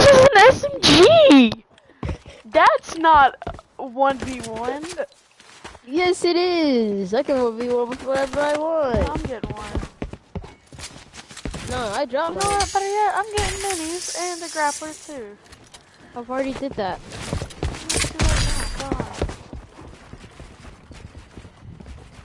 Hey, drop the grappler, bro, because only weird people use grapplers. Like, bro, drop the grappler. You're so weird. No, you just keep building up. Yes, You're because weird. no, like bro. That's old. I hate people that do that. You're so weird. I gotta get height, bro. Up to max. I'm not building up to like, bro. I'm so good, bro. You're so bad. What are you talking about? I hate. So You're bad. literally an AI. You literally built to max height. That's not what a real person does. A real person actually has thought to what they do and what they build. This is you. This is literally the definition of you. This is you right here. Painting 90s to max height. Oh yeah, I gotta get height on you.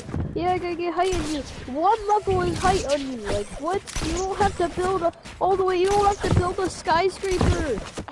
You're not Wiz Khalifa. Dude, I love how much this triggers you. It's so funny. It's so annoying. It's so funny. Like you don't have to just build the max height. Like that's you're one of those people that when they get shot in the back of the neck, you have to build to max height to heal. You don't build one box to heal. You build to max height to heal. It's so annoying. Alright. I get it, bro. I get it. You're just mad because I get height. That's all. No, I'm not. I'm mad because you're just building up, and that's not what you do. You actually have to fight somebody. Well, yeah, I gotta build up to get height to fight them. How do you think it works? No, you don't. It works. Haha. Alright, you ready?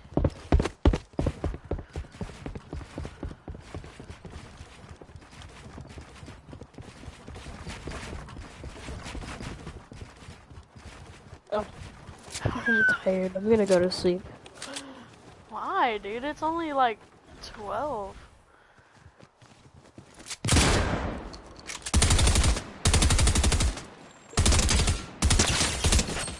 Did you get off?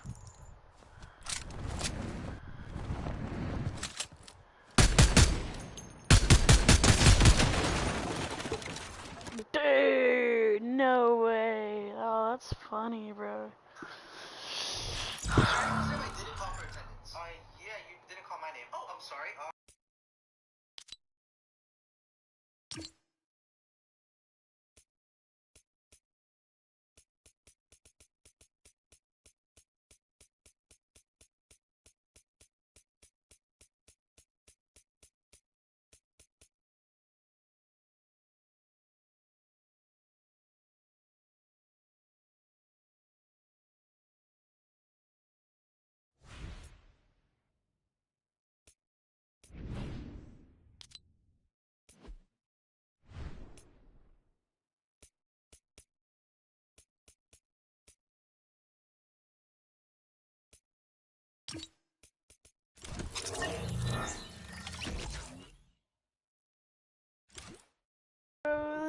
Dude, that's funny. Oh, that is funny.